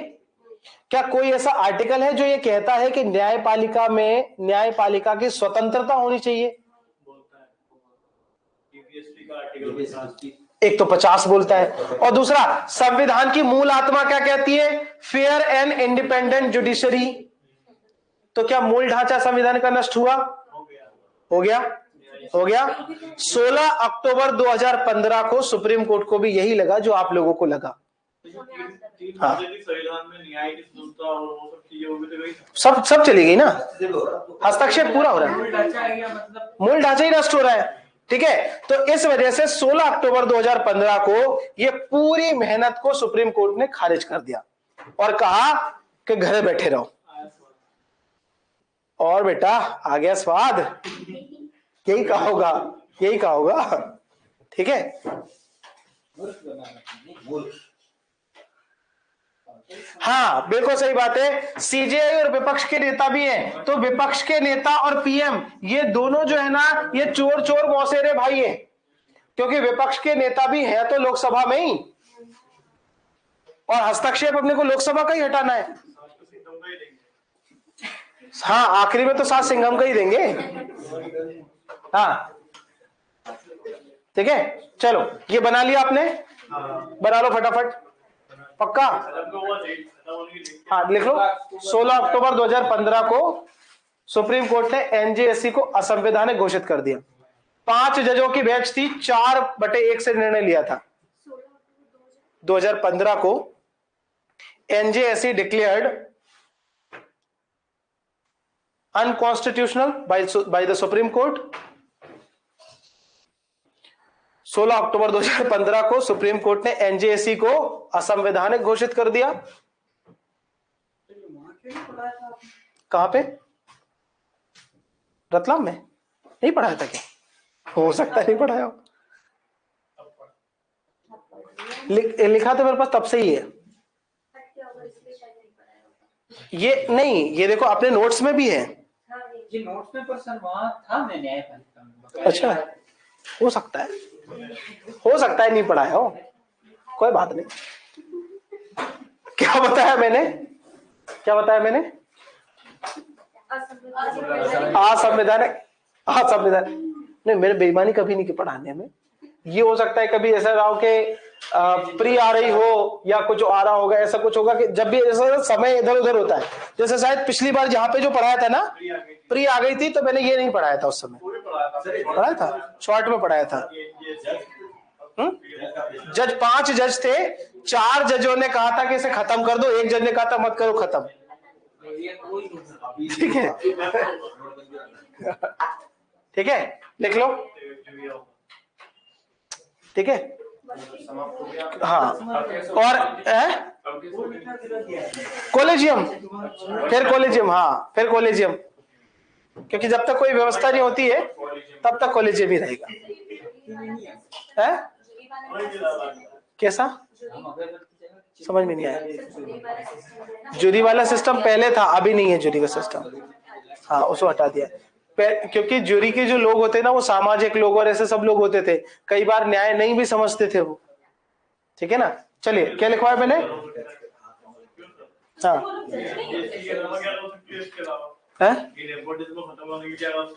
एक तो ये चीज कर सकते हैं कि जैसे IAS है, ऐसे IJS बन जाए, इंडियन जुडिशरी सर्विसेज। और वो IJS जो है ना, उसके लिए एक स्वतंत्र आयोग हो जो सुप्रीम कोर्ट के अंडर में काम करे। किसके अंडर में, जैसे UPSC है, ऐसे UPSC जैसा एक आयोग बने जो IJS यानी जुडिशरी सर्विसेज के एग्जाम ले, और उसमें डिस्ट्रिक्ट जज जो है ना, DJ, उसकी डायरेक्ट अपॉइंटमेंट हो, और यही DJ बाद में प्रमोट हो करके जो है वो सुप्रीम कोर्ट के चीफ जस्टिस तक पहुंचे। जैसे कैबिनेट सेक्रेटरी पहुंचता है, ऐसे ही पहुंचे ये भी। ये लोअर कोर्ट की जैसे सिविल जज वगैरह की होती है, सिविल जज की होती है, पर वो कभी भी DJ और उतना ऊपर जा ही नहीं पाते वो। समझ में आ रही कि नहीं आ रही? ठीक है, और ये लोअर कोर्ट वगैरह की होती है, CJ वगैरह की जो होती है ना, ये वो लेते हैं, आप PSC लेता है। एक राष्ट्रीय लेवल का आयोग हो जो सीधा जिला स्तर पर नियुक्ति करे। इच्छा शक्ति की कमी, राजनीतिक इच्छा शक्ति की कमी सबसे बड़ा कारण है। अच्छा, दूसरी बात क्या है, राजनीतिक इच्छा शक्ति भी है, दूसरी बात क्या, मनमानी नहीं कर पाएंगे। अभी तो क्या है, इधर उधर से निकाल ही लेते हैं वो, सुप्रीम कोर्ट खुद ही टांग अड़ा देगा इसमें, वो होने ही नहीं देगा, मामले ही नहीं होने देगा। वो तो फिर यही हो जाएगा ना कि अगर आयोग बनाएंगे हाँ, तो संसद कानून पारित करेगी, हाँ, और अगर न्यायपालिका के लिए हो रहा है तो फिर 50 का वायलेशन हो जाएगा कि तुम न्यायपालिका उसका कार्यपालिका, इसमें नहीं होगा। क्योंकि सर कानून नहीं, कानून बनाएगा, यहां पर कानून ये बनाए कि वो आयोग न्यायपालिका की स्वतंत्र देखरेख में काम करेगा, तो फिर कोई दिक्कत नहीं है। उसके हिसाब से तो काम तो ये भी वही कर रहे हैं। नहीं, यहाँ पर इसकी जो स्ट्रक्चर था ना, एग्जाम नहीं होनी, आयोग का नहीं, यहाँ पर इनमें मेन ऑब्जेक्शन पता क्या उठाया था, इस पोस्ट पर और इन 2 लोगों के पर। भाई इसमें 50% लोग जो है ना वो लोकसभा से आ रहे हैं, लोकसभा से आ रहे हैं, और 50% लोकसभा से आ रहे हैं, तो यहां पर लोग जो जज हैं उनका अपॉइंटमेंट तो लोकसभा ही करने लग गई ना, क्योंकि 2 जज, दो लोगों ने अगर वीटो लगा दिया तो फिर वो उस आदमी के नाम का रिकमेंडेशन ही नहीं किया जा सकता, तो बात खत्म हो गई ना। किसी देश में होता है ऐसा, तो एग्जाम वगैरह ये मुझे आइडिया नहीं है कि होता है कि नहीं होता है, पर हाँ जो इंडियन जुडिशरी सर्विसेज है इसकी डिमांड उठ रही है, इसकी डिमांड ये राज्यसभा कर सकती है, ये क्योंकि वो अखिल भारतीय सेवाओं का निर्माण करने का अधिकार किसके पास है, राज्यसभा के पास। वो अगर अपने 2/3 बहुमत से कोई रेजोल्यूशन पारित कर दे अखिल भारतीय न्यायिक सेवा का, तो फिर अखिल भारतीय न्यायिक सेवा बन जाएगी। ठीक है, होना चाहिए, है ना। आज देश के गंभीर मुद्दे पर चर्चा की तुम लोगों ने, ठीक है। अच्छा लिखो ये, हाँ, काय में वो तो उनके एग्जाम होते हैं, उनके एग्जाम होते हैं। एसएससी एक जो होता है ना स्टेट लेवल पर, केंद्र स्तर का वो, या फिर कई बार न्यायपालिका खुद वैकेंसी निकालती है अपनी, न्यायपालिका खुद निकालती है। हाई कोर्ट निकालता है लोअर कोर्ट और हाई कोर्ट के लिए। हाँ हाँ भाई इधर देखो, ये जो दो मेंबर हैं, इन दो मेंबर में से एक मेंबर का चयन, एक मेंबर जो है ना उसका चयन एससी एसटी माइनॉरिटी ओबीसी या फीमेल में से किसी एक का करना था। अब क्योंकि इतना ज्यादा ये खत्म ही हो गया तो मैं ये सब चीजें नहीं लिखवा रहा हूं आपको, ठीक है। काय में से होना चाहिए था? हाँ ये मैंने आपको बता दिया है ओरली, आपको लिखना हो तो लिख लेना, नहीं लिखना हो तो मत लिखना, ठीक है। अच्छा जो मनोनीत सदस्य हैं, इधर देखो सब लोग, इसमें बाकी सब तो पदेन सदस्य हैं। इन मनोनीत सदस्यों का चयन 3 वर्ष के लिए होने का डिसाइड था कि 3 वर्ष के लिए होगा, हर 3 साल में बदलेंगे। हाँ ठीक है। अच्छा बताओ, एनजेसी को हटाया, एनजेसी को जो हटाया है वो किस वजह से हटाया? इसकी संरचना की वजह से, ठीक है। चलो अब एक और इंपॉर्टेंट टॉपिक यहां पर डिस्कशन हो जाए अपने बीच में कि सुप्रीम कोर्ट के जजों को हटाया कैसे जाता है, उनके हटाने की प्रक्रिया क्या है? सर एक और चीज, हाँ हाँ अगर मान लो ये बोल रहे हैं कि लोकसभा का इसमें वर्चस्व ज्यादा हो जाए, तो अगर लोकसभा किसी व्यक्ति को, ये जो 3 लोग हैं ये किसी व्यक्ति के लिए बार बार कर रहे हैं कि इसको बना दो इसको बना दो, तो ये भी तो 2 है, ये अगर बोल देंगे तो फिर कैसे? ये बात सही है, पर आप ऐसे देखो इसको कि नहीं, इधर देखो, इधर देखो, बन ही नहीं पाएगा ऐसे कोई। बात यहां आ गई है कि बाकी कोई भी बन जाए, पर जिसको लोकसभा चाहेगी वही बनेगा और जिसको नहीं चाहेगी वो नहीं बनेगा। ये अगर हाँ बोल देंगे तो बन जाएगा, और अगर ये हर एक व्यक्ति पे ना करेंगे तो सर जज ही नहीं बनेगा। नहीं बनेगा ना, नहीं बनेगा। बात यह है कि जो अब किसी आदमी को, जैसे तुम्हारा नाम आगे बढ़ाया गया तो तुम्हारे मन में यही चलेगा यार लोकसभा से भी बना के चलनी है। समझ में आई बात की नहीं आई? क्लियर हुई कि नहीं हुई? जजों से तो इनसे तो बना के चलनी है, पर हमको लोकसभा से भी बना के चलनी है। भ्रष्टाचार को खत्म करने के लिए भ्रष्टाचार कर रहे थे, ईमानदारी से भ्रष्टाचार। समझ में आ रही कि नहीं आ रही? ठीक है, तो नींद में क्यों है? चलो लिखो, रिमूवल प्रोसेस ऑफ जजेस, सुप्रीम कोर्ट में जजों को हटाने की प्रक्रिया।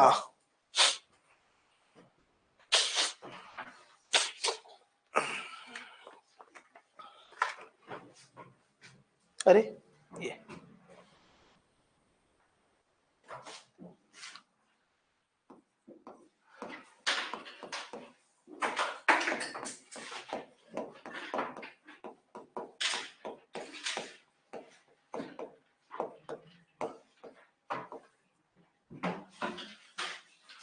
सुप्रीम कोर्ट में जजों को हटाने की प्रक्रिया,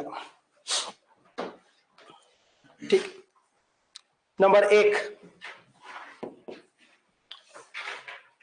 सुप्रीम कोर्ट और हाई कोर्ट के सभी न्यायाधीश पी को इस्तीफा देकर के हट सकते हैं।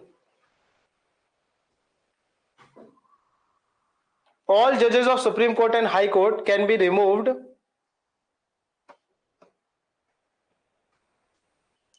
can give their resignation to president, ठीक है। भले ही ये कसम किसके सामने खाते हैं? हाई कोर्ट के गवर्नर के सामने, हाई कोर्ट के, हाँ, लेकिन इस्तीफा किसको देते हैं? राष्ट्रपति को।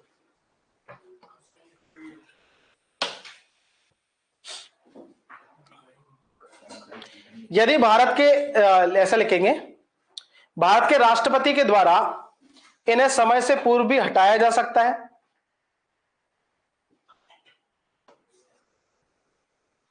They can be removed by the president before their tenure,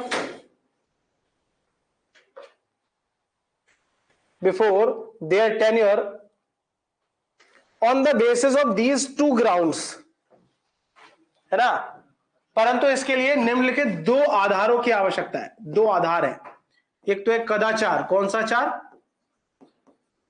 कदाचार, ठीक है। मिसकंडक्ट, और दूसरा है असमर्थकता, इनकैपेबिलिटी।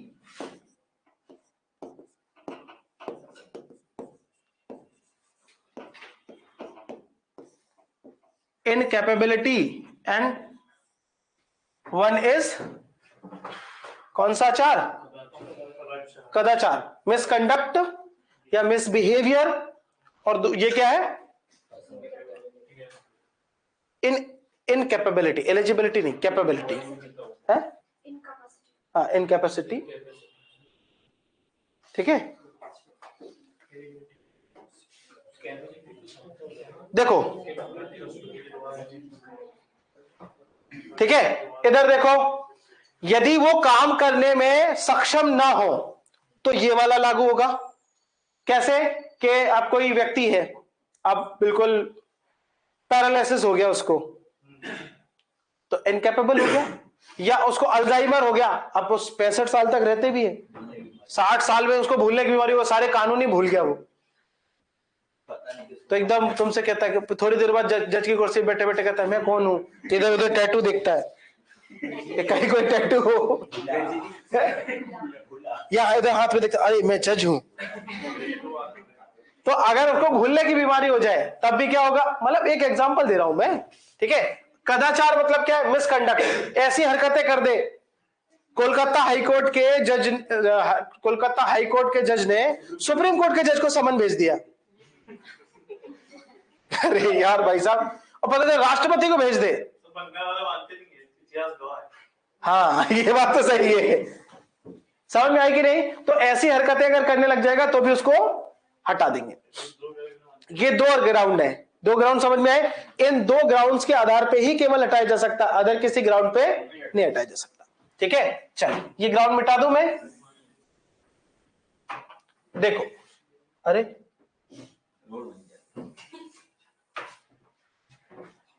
अब एक बात समझिए, ये जो इसको हटाने की प्रक्रिया है, जो प्रोसेस है, ये लोकसभा या राज्यसभा कहीं से भी प्रारंभ हो सकती है। ठीक है, तो क्या है ये?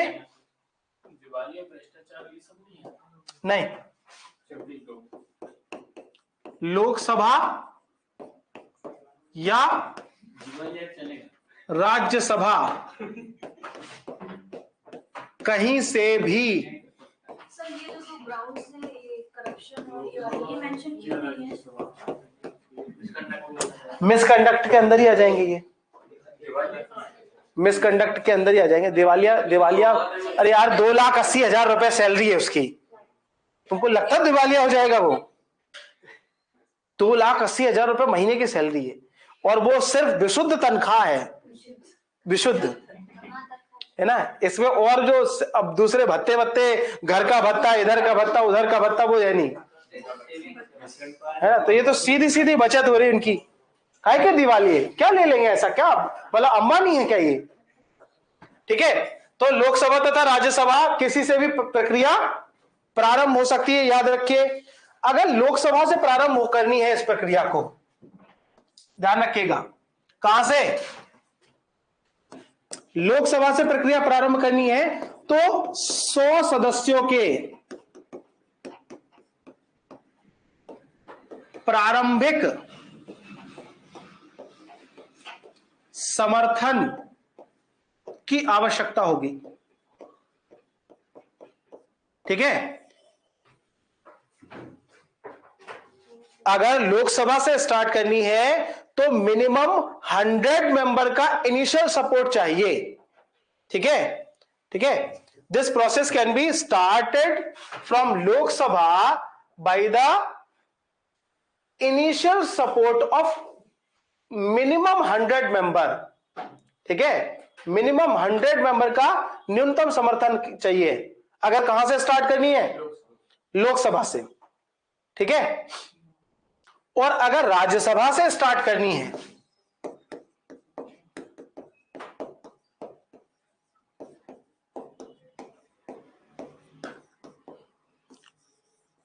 कहां से?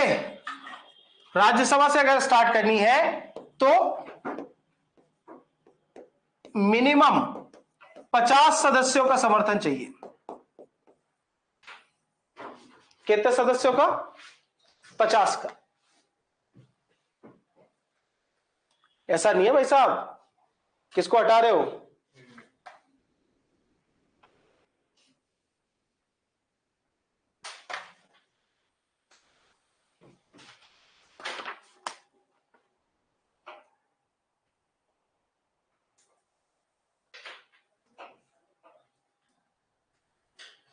ठीक है, अच्छा देखो, मान लो आप बताओ कहां से स्टार्ट करना चाहते हो? लोकसभा से कर दें, है ना, हमेशा लोकसभा से ही करते हैं अपन, इस बार क्यों राज्यसभा को तकलीफ दे? ठीक है, चलो लोकसभा से स्टार्ट कर दी हमने, चलो राज्यसभा से कर देते, राज्यसभा से कर देते। तो जहां से भी आपने स्टार्ट किया, राज्यसभा से आपने स्टार्ट कर दी प्रक्रिया, तो सबसे पहला काम क्या चाहिए? 50 सदस्यों का समर्थन। तो 50 सदस्य पहले तो जुगाड़ करो कि समर्थन में आ जाए। चलो आ गए समर्थन में, सबने 1-1, 2-2 लाख रुपए लिए, पर आ गए, उधर खर्चा हो गया बहुत। तो 50 सदस्यों के समर्थन के बाद ये काम आएगा कि इसका बिल जो भी है, प्रस्ताव बनेगा, इसका प्रपोजल। अब ये प्रपोजल पहुंचेगा किसके पास? सभापति के पास। सभापति के पास पहुंचेगा। अब सभापति दो काम कर सकता है, एक तो ये कर सकता है कि ये एक्सेप्ट करेगा, या फिर ये कर सकता है कि डिनाई करेगा। डिनाई कर दिया, प्रक्रिया खत्म, और एक्सेप्ट कर लिया तो अब बनेगा जांच आयोग। क्या बनेगा? जांच आयोग। राष्ट्रपति वाले में जांच आयोग कहां बना था? दूसरे सदन में। कहां बना था? दूसरे। लेकिन इसको हटाने की ये प्रक्रिया ध्यान रख लो, क्योंकि जो आप आयोग पढ़ोगे ना, उन आयोग में कई जगह लिखा होगा इसको हटाने की प्रक्रिया सुप्रीम कोर्ट के जज को हटाने के बराबर है। पढ़ा है कि नहीं पढ़ा? कहीं ना कहीं है ना। तो यही प्रक्रिया है, वहां पर लिखा रहता है ना कई कई जगह पे कि कैग को हटाने की प्रक्रिया सुप्रीम कोर्ट के न्यायाधीश के समान लिखा रहता है ना। ठीक है, तो अब उसको आप हटाओगे तो कैसे? यही वाली प्रक्रिया रहेगी जो यहां पर कर रहे। तो पहले क्या बनेगा? ठीक है, हमने कहां से स्टार्ट कर दी?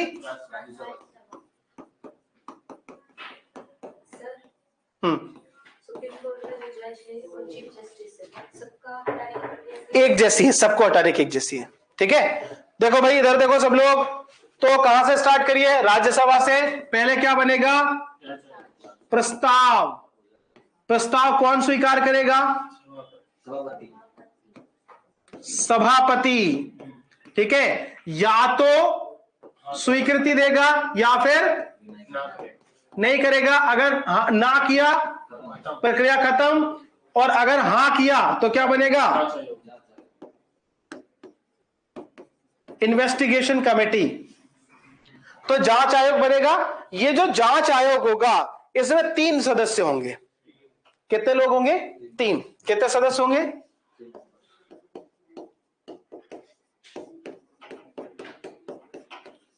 जांच आयोग में कितने सदस्य? 3 सदस्य। इन 3 सदस्यों में, इन 3 सदस्यों के बारे में समझ लो जरा। एक तो होगा इसमें CJI ऑब्लिक OJ। अगर OJ के खिलाफ चल रही है तो CJI होगा। ये प्रक्रिया चल रही है नहीं? दोबारा से बताऊं, यहां तक सब क्लियर हो गया था? राज्यसभा में आएगा, प्रस्ताव सभापति के पास जाएगा, सभापति चाहेगा तो स्वीकार करेगा, नहीं चाहेगा तो खत्म, और नहीं चाहेगा तो प्रक्रिया खत्म। और अगर उसने हां किया तो फिर एक इन्वेस्टिगेशन कमेटी बनेगी। इस इन्वेस्टिगेशन कमेटी में टोटल 3 मेंबर होंगे। कितने मेंबर होंगे? 3 मेंबर।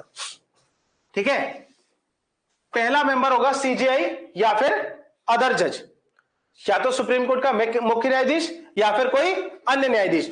अगर यह प्रक्रिया अन्य न्यायाधीशों के खिलाफ चल रही है, उनको हटाया जा रहा है, तो इसमें कौन बनेगा? CJI। और अगर CJI के खिलाफ चल रही है तो अदर जज, वरिष्ठ जज जो भी होगा। और यही होगा इस सभा का, इस आयोग का अध्यक्ष। इस आयोग का अध्यक्ष कौन होगा? CJI या फिर OJ। OJ कब? जब CJI को हटा रहे। और CJI कब? जब OJ को हटा रहे। ठीक है, दूसरा मेंबर होगा इसमें जो 25 हाईकोर्ट है ना, उनमें से किसी भी एक हाईकोर्ट का मुख्य न्यायाधीश। एक का, किसी एक का। अरे यार, समझ में आया? 25 में से किसी एक भी हाईकोर्ट का, किसी ना किसी एक हाईकोर्ट का मुख्य न्यायाधीश, ठीक है। तो सीजे यानी चीफ जज ऑफ एनी HC। बात समझ में आई? नहीं आई? उड़ गई क्या? चलो, इसके बाद एक होगा विधिवेत्ता,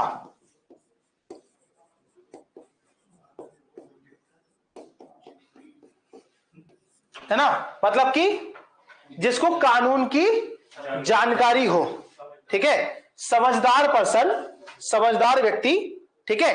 अच्छा, अब ये तीन लोग जांच करेंगे। क्या करेंगे? जांच। काय की जांच करेंगे? वो जो आधार थे ना दो, है ना, कहां है? अरे हाँ, वो हटा दिया था अपन ने, मिसकंडक्ट और इनकैपेबिलिटी, ठीक है, उसकी जांच करेंगे। अगर अब ये जांच में से जो रिपोर्ट आएगी, अब वो रिपोर्ट में कितनी बातें हो सकती हैं? दो ही हो सकती हैं, दो के अलावा तो कुछ हो नहीं सकता। तो दो बातें हो सकती हैं, शर्म तेरे इनकार की, या दुनिया से तू डरती है, या कदर नहीं मेरे प्यार की। तो या तो ये हो सकता है कि जांच आधार जो है वो गलत पाया गया,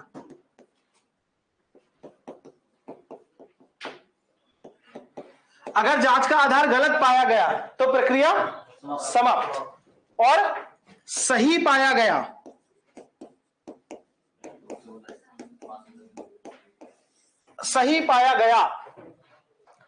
तो फिर प्रक्रिया आगे बढ़ेगी।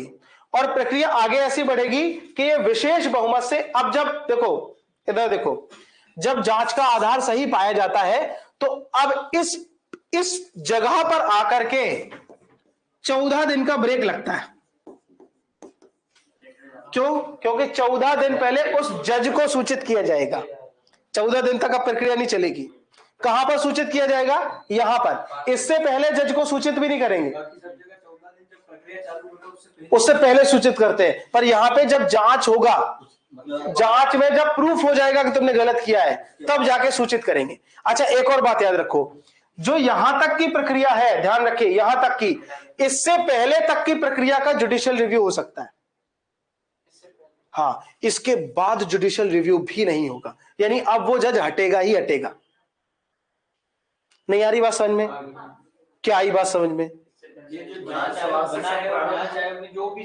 हाँ, उससे पहले तक JR हो सकता है, यानी प्रक्रिया, इधर गुर्जर साहब समझ में नहीं आएगा, मैं बता रहा हूं, इससे पहले तक की जो प्रक्रिया है इसका जुडिशियल रिव्यू हो सकता है, सुप्रीम कोर्ट ही करेगा। राज्यसभा से प्रारंभ हुआ, राज्यसभा से या कहीं से भी प्रारंभ हो, सुप्रीम कोर्ट ही करेगा इससे पहले का जुडिशियल रिव्यू, ठीक है। क्योंकि CJI को तो पता ही है ना कि क्या हो रहा है, या किसी अन्य जज को पता है। तो प्रक्रिया के प्रारंभ होगी, प्रक्रिया की नहीं होगी, इसका जुडिशियल रिव्यू होगा। लेकिन अगर एक बार प्रक्रिया प्रारंभ हो गई तो फिर इसका जुडिशियल रिव्यू नहीं हो सकता। क्यों? फिर क्योंकि इसके बाद ये संसदीय प्रक्रिया का हिस्सा बन जाती है, और जब जब जो चीज संसदीय प्रक्रिया का हिस्सा हो उसका जुडिशियल रिव्यू नहीं हो सकता। फाइनल चीज जो होती है उसका जुडिशियल रिव्यू हो सकता है, संसदीय प्रक्रिया का जुडिशियल रिव्यू नहीं हो सकता है। बात समझ में आ रही कि नहीं आ रही? तो किस पॉइंट से पहले तक जुडिशियल रिव्यू हो सकता है? जांच आयोग की रिपोर्ट तक। रिपोर्ट में कदाचार साबित हो गया, उसके बाद नहीं होगा। तो 14 दिन पहले क्या करेंगे? इन्फॉर्म। ये लिखते हुए चल रहे हो कि नहीं चल रहे हो? कोई बात नहीं, मैंने तो लिखा है, तुम लिख लेना उसके बाद, ठीक है। अब क्या होगा? 14 दिन पहले सूचित करेंगे। इसके बाद क्या होगा? 14 दिन पहले सूचित करेंगे, इसके बाद क्या होगा? 14 दिन बाद प्रक्रिया आगे बढ़ेगी, चर्चा होगी, मतदान होगा। क्या होगा? मतदान, और इसे विशेष बहुमत से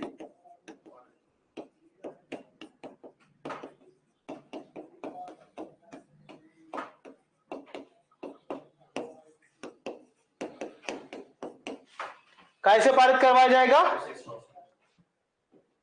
कैसे? विशेष। ठीक है।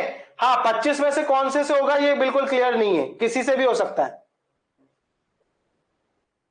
किसी का भी। एक इसका कोई नियम नहीं है कि कौन से हाईकोर्ट से होगा, किसी भी हाईकोर्ट से कर सकते हैं जिससे उनको पसंद आए।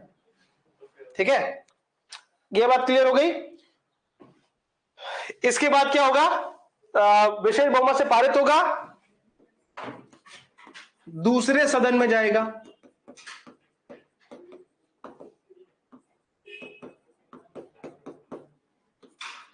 चर्चा, मतदान, विशेष बहुमत, पी के हस्ताक्षर,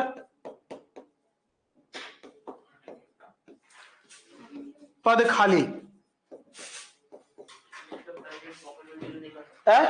नहीं, वैसे पॉकेट वीटो तो सब जगह ही कर सकता है राष्ट्र, अमूमन तौर पे ये प्रक्रियाओं में राष्ट्रपति साइन कर ही देता है तो। ठीक है, बाकी पॉकेट वीटो कर सकता है, सब पे, किसी पे भी कर सकता है।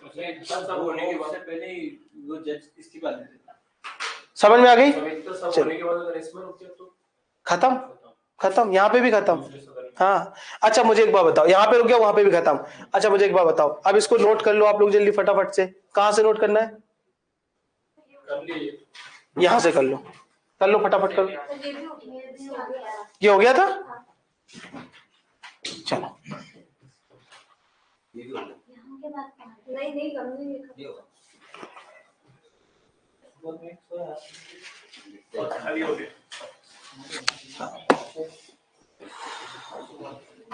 जैसे हो जाए बताना, जैसे ये काम खत्म करोगे तुरंत नया काम करूंगा।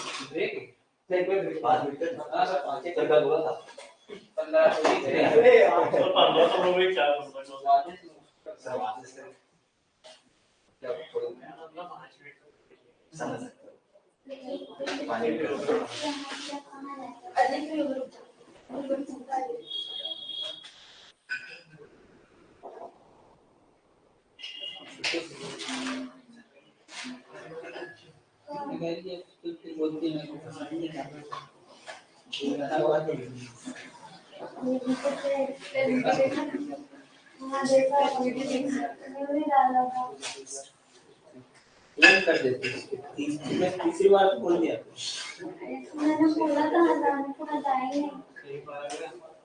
सही पाई, सही पाई। बहुत अच्छा है इसलिए। क्या था हम भी साथ थे कर दिया मासी का तेरा जीबी है ना, मेरा नहीं है जीबी, अब तो नॉर्मल है। छोड़ दिया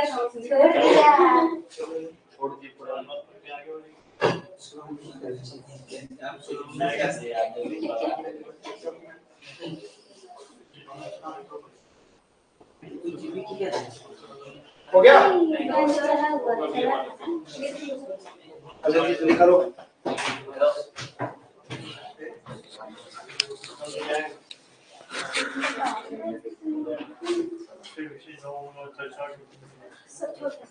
हाँ,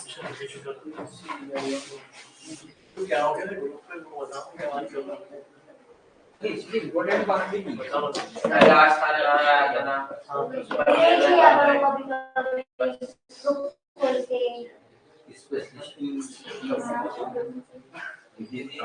इसका वीडियो डाल दिया तो डिलीट करो।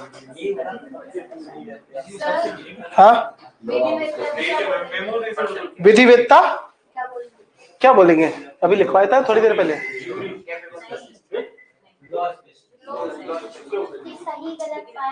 एक बार देख लेना बेटा, लॉ इस पे तो मतलब विधिवेत्ता को अभी थोड़ी देर पहले तो लिखवाया था, कानून का जानकार।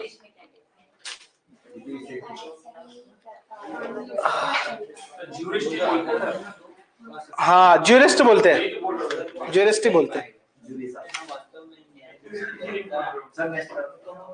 नेक्स्ट कर दूं? जल्दी जल्दी कर ले, फटाफट कर ले। कौन सी प्रक्रिया समाप्त हो जाएगी? अरे ये सही गलत इसको समझ नहीं है। अच्छा, सही गलत समझ में नहीं आया। नहीं सर, वो फोन आ गया था। लेटो पद्धति अच्छा लेटो पद्धति भी चली।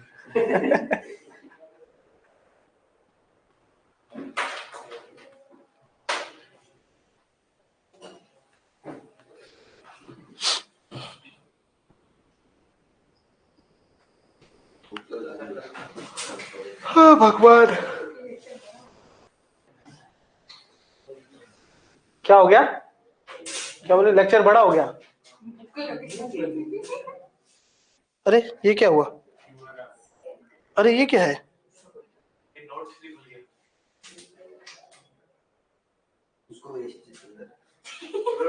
अरे यार ये क्या हो रहा है? हाँ हाँ देंगे देंगे।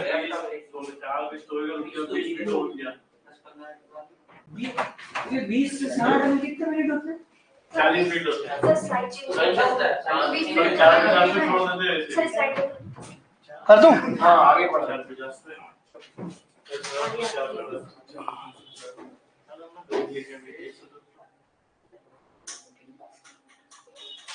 प्रोसेस बिल चर्चा करो आपको। उसी में पहले वाले में ही चर्चा होगी। हाँ चर्चा होगी, मतदान होगा, विशेष बहुमत से पारित होगा।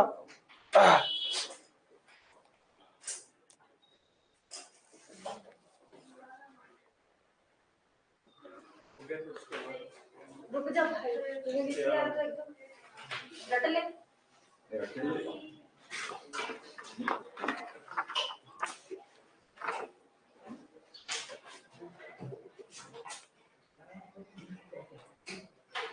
ठीक है भाई।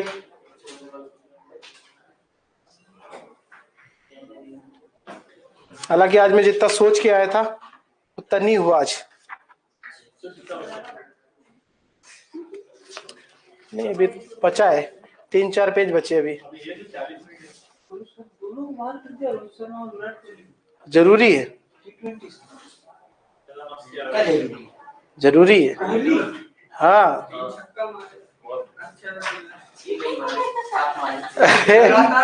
तो खेल कौन रहा? अगर इन दोनों को हटाया तो शिखर धवन बुलाएंगे। शिखर धवन ही आएगा, तुम देख लेना। अब कोई भी आ जाए, कोई भी चला जाए, मने फर्क नहीं पड़ा।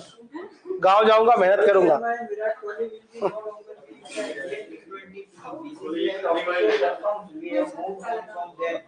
बातचीत रही।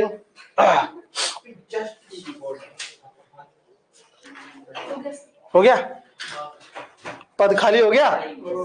चलो भाई नोट लगाओ, नोट।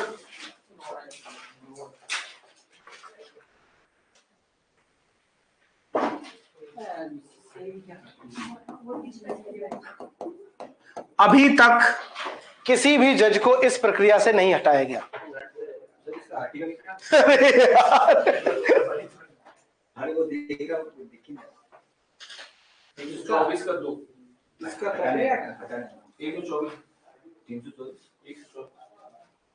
कितना है? 124? 5 होगा या 6 होगा? सर 6 तो वो है ना, शपथ। हाँ 5 है। चलिए भाई 124 होगा, 324 नहीं होगा। पीछे से कहीं से 324 आ रहा था। ठीक है, लिखेंगे किसी भी जज को इस प्रक्रिया से नहीं हटाया गया। नो जज was remove from this process. अच्छा याद रखिए, सुप्रीम कोर्ट के जज को और हाई कोर्ट के जज को हटाने की प्रक्रिया सेम है। सेम। अभी लिखवा रहा हूं। हालांकि यह प्रक्रिया 3 जजों के खिलाफ लाई गई थी। यह प्रक्रिया 3 जजों के खिलाफ प्रारंभ की गई थी। Number 1 we Ramaswamy,